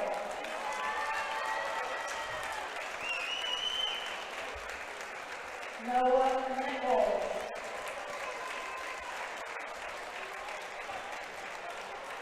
Eric Neal. And Terrell Garvin. Then the assistant coaches, Ben Kennedy,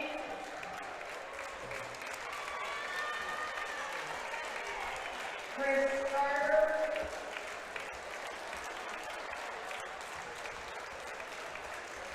Davis Field,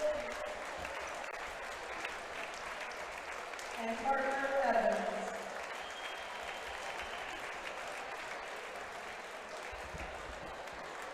And head coach Todd McLaughlin.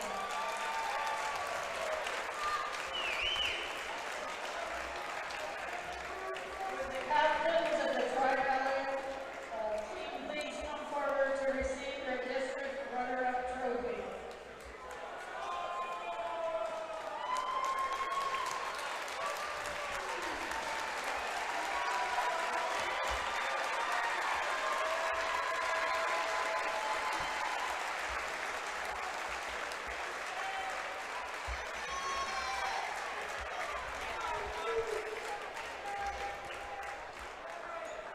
Now let's meet today's district champion from Meadowbrook High School.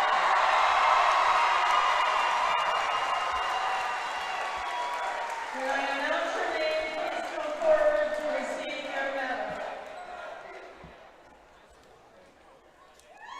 Drew Webster.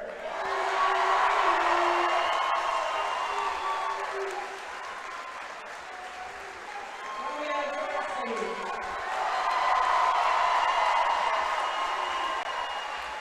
Easton Bible.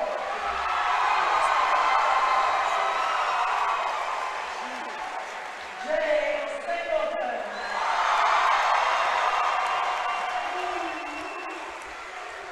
Justice Huey.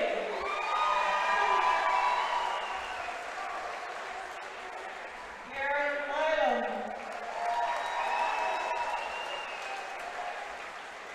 Josh Potts. Aiden Meta. Trevon Mayo. Nate Singleton. Colton Delancey. Dalvin Cannon.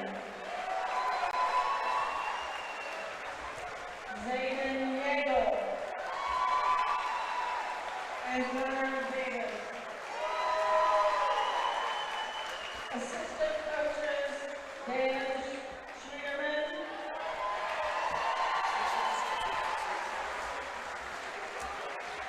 Mike Andrews, Andrew Nichols,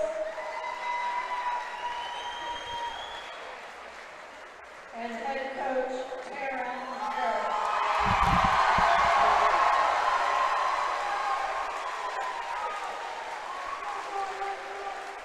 Would the captains of Meadowbrook please come forward to receive their district championship trophy and game ball?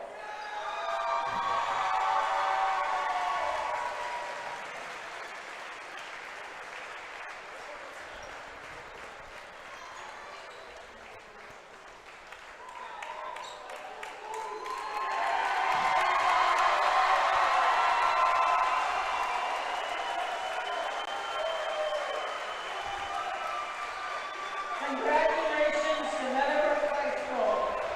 You are requested to go cut down your championship nets, and we wish you the best of luck in the regional Olympic competition next week.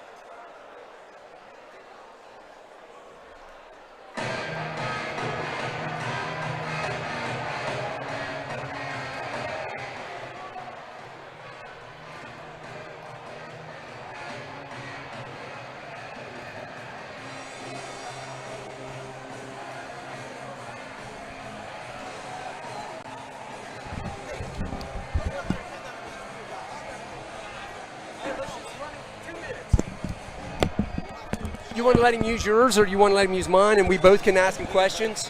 Yeah. Yeah. Okay. Is it live? We good? Flip it on. Just pull your thing down. Yep, gotcha. All right, we are excited here in Coshocton High School. We got Coach Jared up here, fresh off the victory. Run us through the fourth quarter to the last 35 seconds. What goes through your mind there? Yeah, I mean, obviously in those situations, we want to get Jake action, and they kind of had us a little frazzled. And we got him a ball screen, and he came off it, shot it, it rattled. A huge offensive rebound. Drew and I think it was Trayvon, or no, Trey wasn't in. Romeo. Yeah, Drew and Romeo. Both go crazy for the board. Find Easton and just calm, cool, and collected, man. Like he shot a million of those in his life. And that's right. And I'll tell you what, our guys after that, they all walk over at the same time. No chance we lose this, all of them. Right. And the funny thing is they come out in that overtime. Talk about the overtime period, because it just seemed like you guys kept getting confidence as the overtime kept going, and Tri-Valley was seeming frustrated. Right. Talk about what happened there in overtime. Yeah, I think just the order of events, and again, that kind of them being stunned by the three-point shot. They were kind of rushed, and we were, again, nice and settled. And to get a score off the first look, obviously, is a big deal. Then you can kind of settle down from there, and then they feel like they're playing catch-up, so then they're rushing. And we knocked down free throws like we did against Philly the other day. Yeah. Again, we look like 7 kids that don't want to go home yet. No, So. and I mean, Romeo on the boards, 11 rebounds there late. I mean, he was just and a monster. A quiet 23, I thought. Yeah, He was in foul trouble, came in and out. I thought Dane was huge off the bench. Easton obviously was huge. We've had 7 kids throughout our big games step up and make plays. And Darren and I have talked about that. One of the other things I wanted to ask, and then I'm going to pass the headphones over to Darren so he can ask some things. But early third, you guys come out, they get a bucket.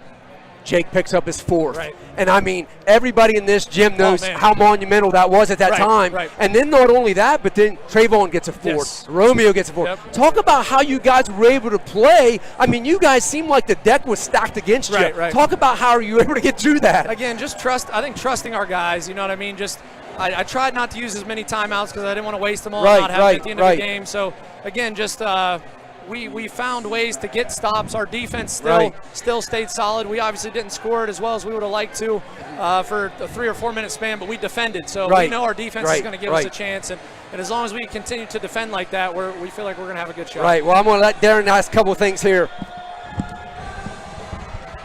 I wasn't 100% sure on some of the questions Heath had, but I was texting back and forth with the closer Kirby Graham, and I'm going to use a direct quote from him. Okay. He said, "This is the best Colts win I have ever seen." Now, this is talking about a guy who's seen a lot of Meadowbrook basketball. Yeah. Right.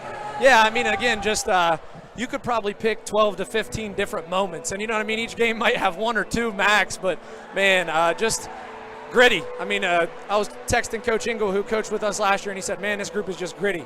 Like, they just grind it out. They find ways to win, and we've been stacked the decks against us a couple different times this year. We've had some kids suspended, and we don't have a lot of depth, and obviously got in foul trouble tonight, but just the resilience. It's a cliche word, but, man. KGP Instant Classic. Okay. We're glad to have you guys here for it, man. What a game. And there's two moments or 2 players I have to point out. Like the closer Kirby said, Easton Idle hasn't hit a 3 since February 8th against West Muskingum. Wow. And that 3-pointer to send it into overtime. Nothing but net. Bill Rafferty, onions. That's all you have to say about that one. Huge. And Romeo Dorsey, have you ever seen a kid play 12 minutes of basketball better than he did in the 4th quarter in overtime? No. Again, cleaning up the boards. He contests everything around the rim. He goes and grabs every rebound when we need it. Again, he knows exactly what we need and when we need it, and steps up in those moments. Hey, and the last thing, Thursday, are we talking early dismissal, 2-hour delay the next day? I know. You're going to have to go down there and find Mr. Golick. I know for sure we're supposed to have parent-teacher conferences, so I would assume those would be looks like you're out on that one. Yep, there you go. Thanks, guys. Hey, thanks for joining us. Great win, Coach. Good job. Appreciate it. So we're seeing the Colts finishing the touches as Coach Jarrett's going to go back down with his team. And we'll go ahead and go through final game statistics. We'll look at scoring. 78-68 overtime victory for the Colts. We'll go for the Tri-Valley Scotties. They were led by Ty Smith with 21 points. And the Coach Jarrett, he's going down. He's climbing the ladder now. It's got to be an amazing feeling because, you know what, his first year he comes, and as he said, a gritty group, and man, there it is. Nice. And probably nice. There was I was going to try to get a picture there, but that's it. There's probably a few people wondering where he went as he disappeared and came up top and get the exclusive interview with us. Yeah, classy act by him to come up here and give us some comments. But, man, first year, well-deserved. As he said, hashtag gritty. As long as they don't do the dance, I'm okay with it. Yeah. I'd go down and dance with him at this point. So as I said, Ty Smith finished with 21 points. Max Lyle, the freshman, 19 points. Luke Lyle with 10 points. Jalen Goins-Chandler had 8 points. Eric Neal finished with 4.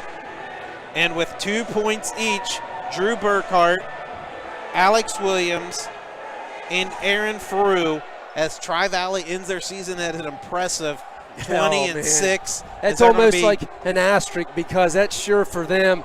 Man, it don't feel like a loss for them because they played great. And I'm sure Coach McLaughlin and his staff, they're going to replay this game in their head and what could have been, what should have been, what should they have done, or what could they have done. That foul, like I said, probably fouling there late in that fourth instead of letting the eyeball or even Jake get those looks. It's going to be things you can second guess, and of course we can armchair quarterback all we want. You know what I mean? It's easy to look Exactly. look in hindsight now. Right, Hindsight's right. 2020. Now over to the scoring for the Colts. Jake Singleton, 32 points, including 10 of 10 from the free throw line, all in overtime. Romeo Dorsey finished with 23 points, his first three-pointer maybe of his career, definitely of the season, as he attempted his first 2 threes of the year tonight. He finished with a double-double. I'll let Heath get into the rebounds. Josh Hupp finished with 10. Drew Webster tallied 6 points. Trayvon Mayo had 3 points. And Dayton Singleton had a point for the Colts as they're heading to Athens to take on the Heath Bulldogs Thursday night, 6 p.m. at the Convocation Center. And Heath, are you still tallying? Well, I got so caught up in going down there to try to get Coach Jarrett. Let me just finish getting Meadowbrook's 3 points, and then that's right. So just talk to So we'll go ahead our and- audience just for a minute, if you will. We'll go ahead and thank our sponsors. We didn't get a chance Yes, to good thank them idea. a whole bunch.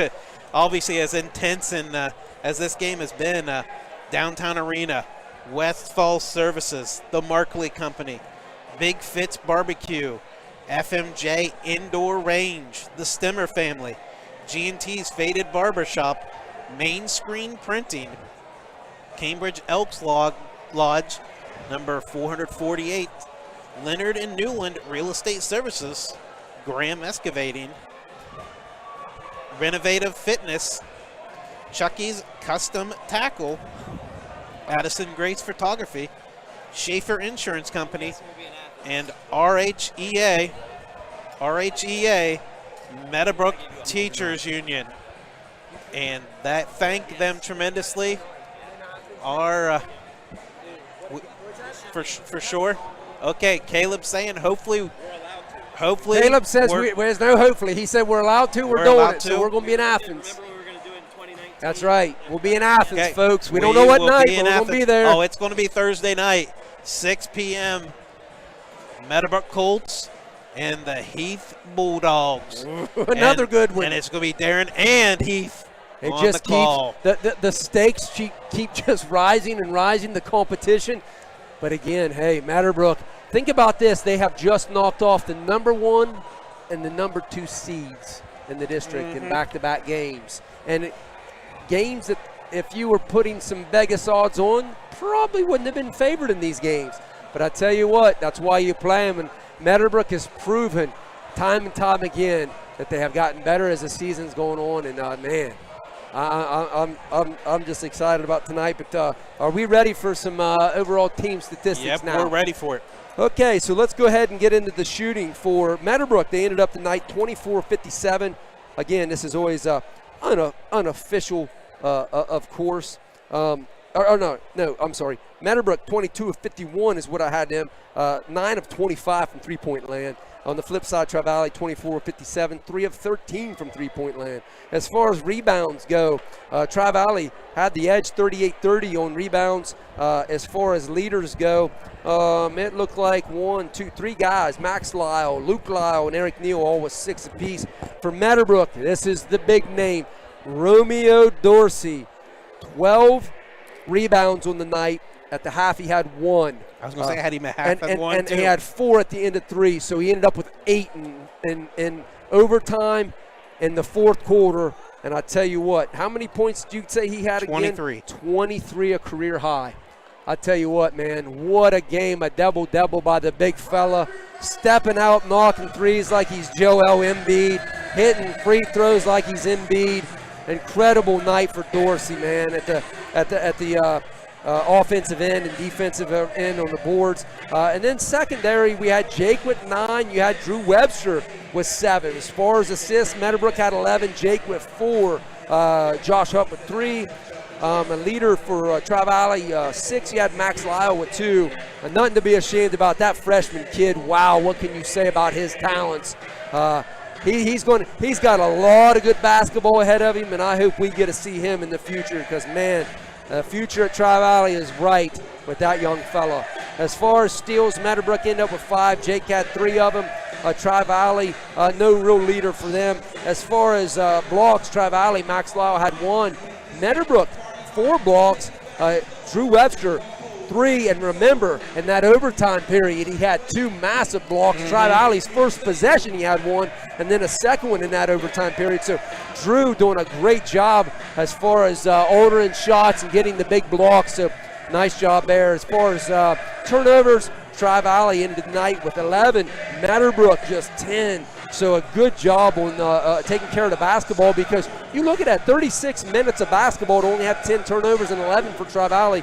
Both teams a great job tonight taking care of the basketball. But, man, instant classic here tonight from Coshocton. Yeah, and it's always going to be exciting as we're heading to the Convo. 6 p.m.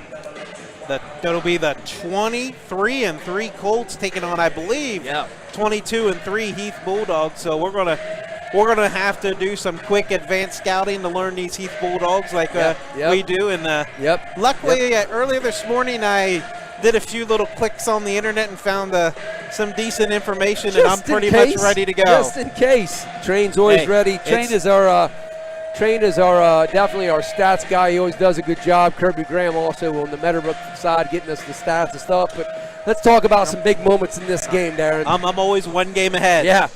I'm still not ready to sign off on this one yet. I could sit here until midnight talking about this one if you're still listening. I know there's a state championship team in this area that enjoyed having me on the side, and obviously when we lost to Meadowbrook in that Elite 8 game, and I sent Coach Sweeterman all the information I had on the 2 Cincinnati teams, Trotwood Madison and whoever it was there that could have played him. It was Trotwood Madison, I know, in the state, and I sent that to Sweeterman as soon as I got it. It's like, hey, if I'm not going to be able to use it, at least somebody else will be.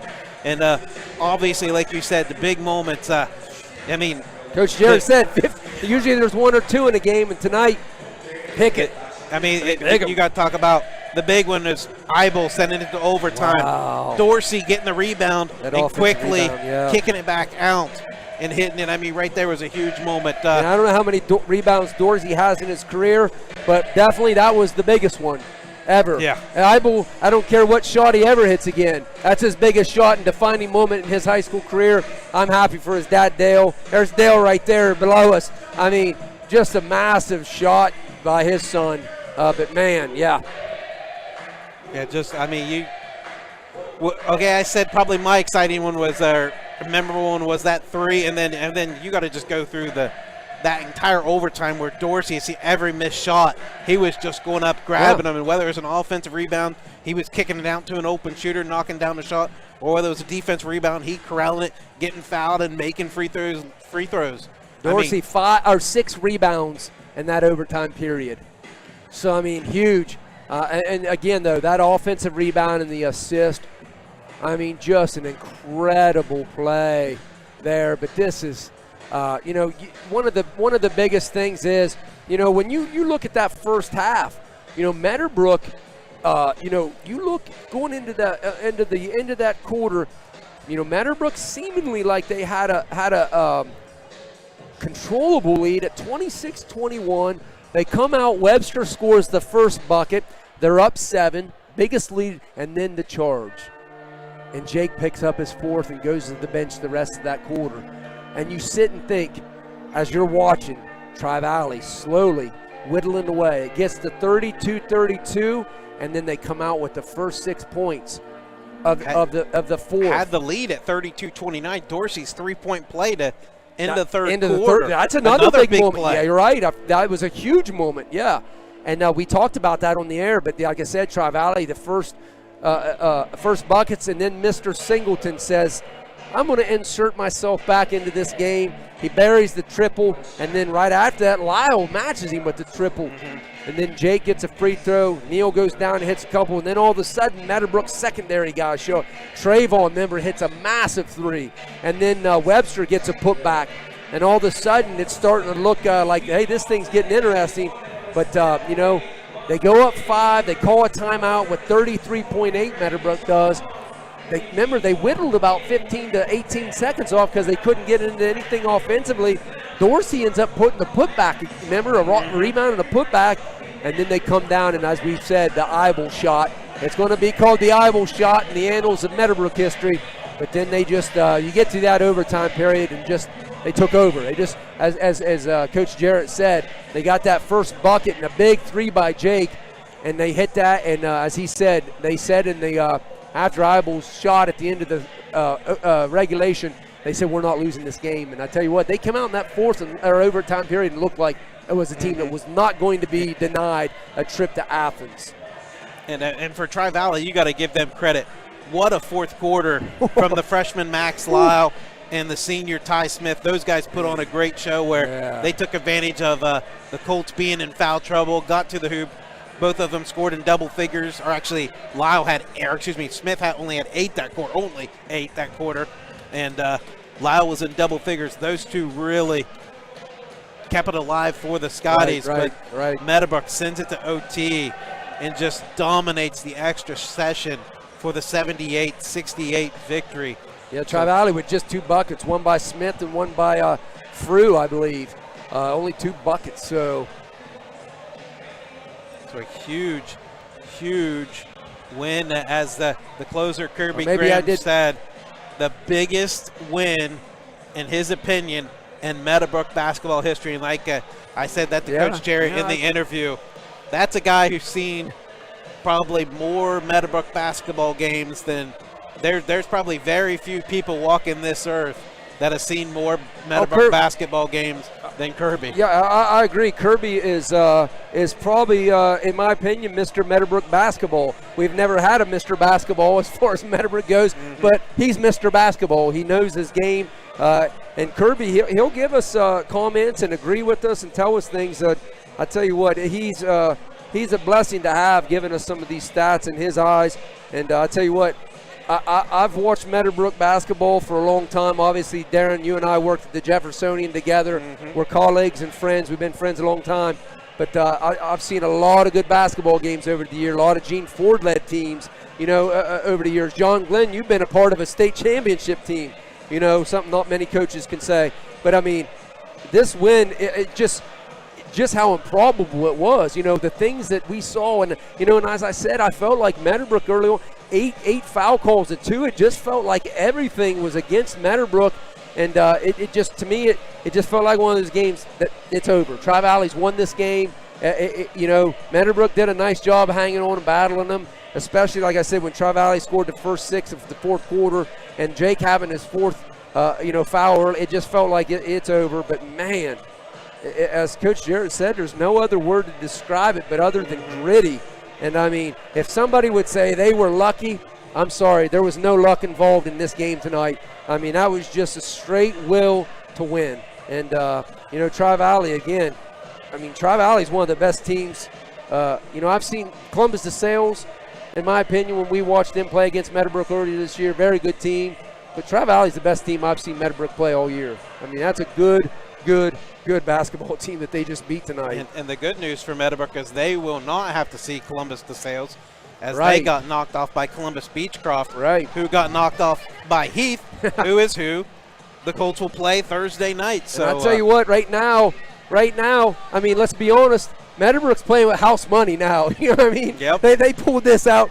Hey, they got one over on the dealer. So, I mean, it's house money now. So, I tell you what, Meadowbrook's going to walk into Athens believing that they can beat Goliath. You put him out there and they're going to slay him because they have slayed, Indian Valley. Some people thought that Indian Valley would pose a threat, and they disposed of them fairly easily there in the second half.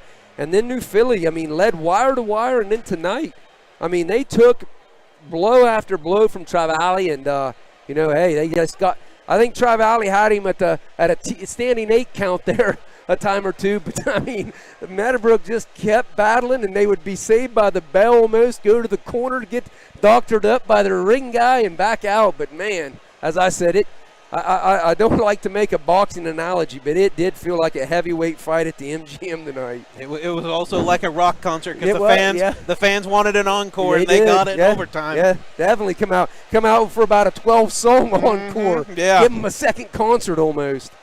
Wow. So now that it's Sunday afternoon here at Coshocton. Yeah, they're sweeping. They're turning the lights out on us. Now there's there's still a lot of fans that you can see still a lot down of there. people that just aren't ready to leave. No, still people soaking enjoying this the moment up. moment. Yeah, I mean, this is a moment that if you were here, you'll never forget this game ever. Probably, I'd say outside of maybe a game or two at the old Cat's Lair. I remember Brad Prince and when he played at Meadowbrook and they went into Cambridge and beat them. And I tell you what, those old Cat Lair games, those were electric, and I remember that game. And man, but this one in terms of Meadowbrook history, this is right up there. I'd say this moves into definitely a top 3 to 5 game in the history of Meadowbrook. But as Kirby said, probably the biggest win in school history. And yeah, I mean, you're looking at all of the wins. I mean, geez. That's high praise coming from the closer, and obviously winning this game and advancing to Athens, which is it started to become a little bit of the norm for Meadowbrook as like it's a disappointing season if there's not a trip to Athens. It's kind of become the way Cambridge used to be. It was a district championship or bust. You know what I mean? They wanted to go to Athens and roll the dice, then the Sweet 16, and hey, Meadowbrook, I don't know. I mean, how many trips is this now in the last decade? I mean, it started with Phillips Biggs group, and just seems like we've been in Athens more often than not. And obviously, unfortunately, it was in Chillicothe last year. Yeah, true. Well, good point. But still, that had to replace the Athens, so we're excited. We're going to get to listen to. Yeah, they beat a good Waverly team to get to that regional final last year. Yeah. Warren. Warren. Yeah, my bad. And unfortunately lost to DeSales, who they won't have to worry about this season. And obviously played him earlier this year, so Meadowbrook knows firsthand. So who's the other two teams? Do you know, Darren, that's going to be there? Because I know Sheridan is playing Waverly. That's okay. Tonight, yeah, and that game I think tipped at 9 o'clock. It was a late tip. It was a late tip. I knew Sheridan was playing, but I couldn't remember who. So maybe that's what I was thinking. Waverly. That game was originally scheduled for Friday, but they pushed it back a day since Sheridan's girls basketball team was playing Friday night, and they're still in it. So we're excited. We're going to be off. Yeah, we're going to be there. Going to be there Thursday evening, 6 p.m. on the KGP network. It's going to be Meadowbrook versus Heath. No, not Heath Dawson. The Heath Bulldogs. Yeah. Well, we're excited, and I hope you guys enjoyed it. And that was a fun game to call, Darren. I enjoyed it, but man, I still can't believe what we witnessed here tonight. What an improbable. We've got all kinds of monikers for games. The immaculate reception for Franco Harris. I mean, if somebody can come up with a good title, I mean, this is. I mean, what an improbable victory here at Coshocton High School. This is one. This school's had a lot of good basketball played, but this has got to be one of the top wins, regardless of who played here in the history of this gymnasium. The triple that shocked the world from Easton Hybel. Yeah, the triple. But anyways, well, hey, you stay classy, Guernsey County. We'll look forward to seeing you from Athens. Try to get some sleep this weekend as we're Athens bound Thursday, 6 o'clock. Enjoy the rest of your weekend.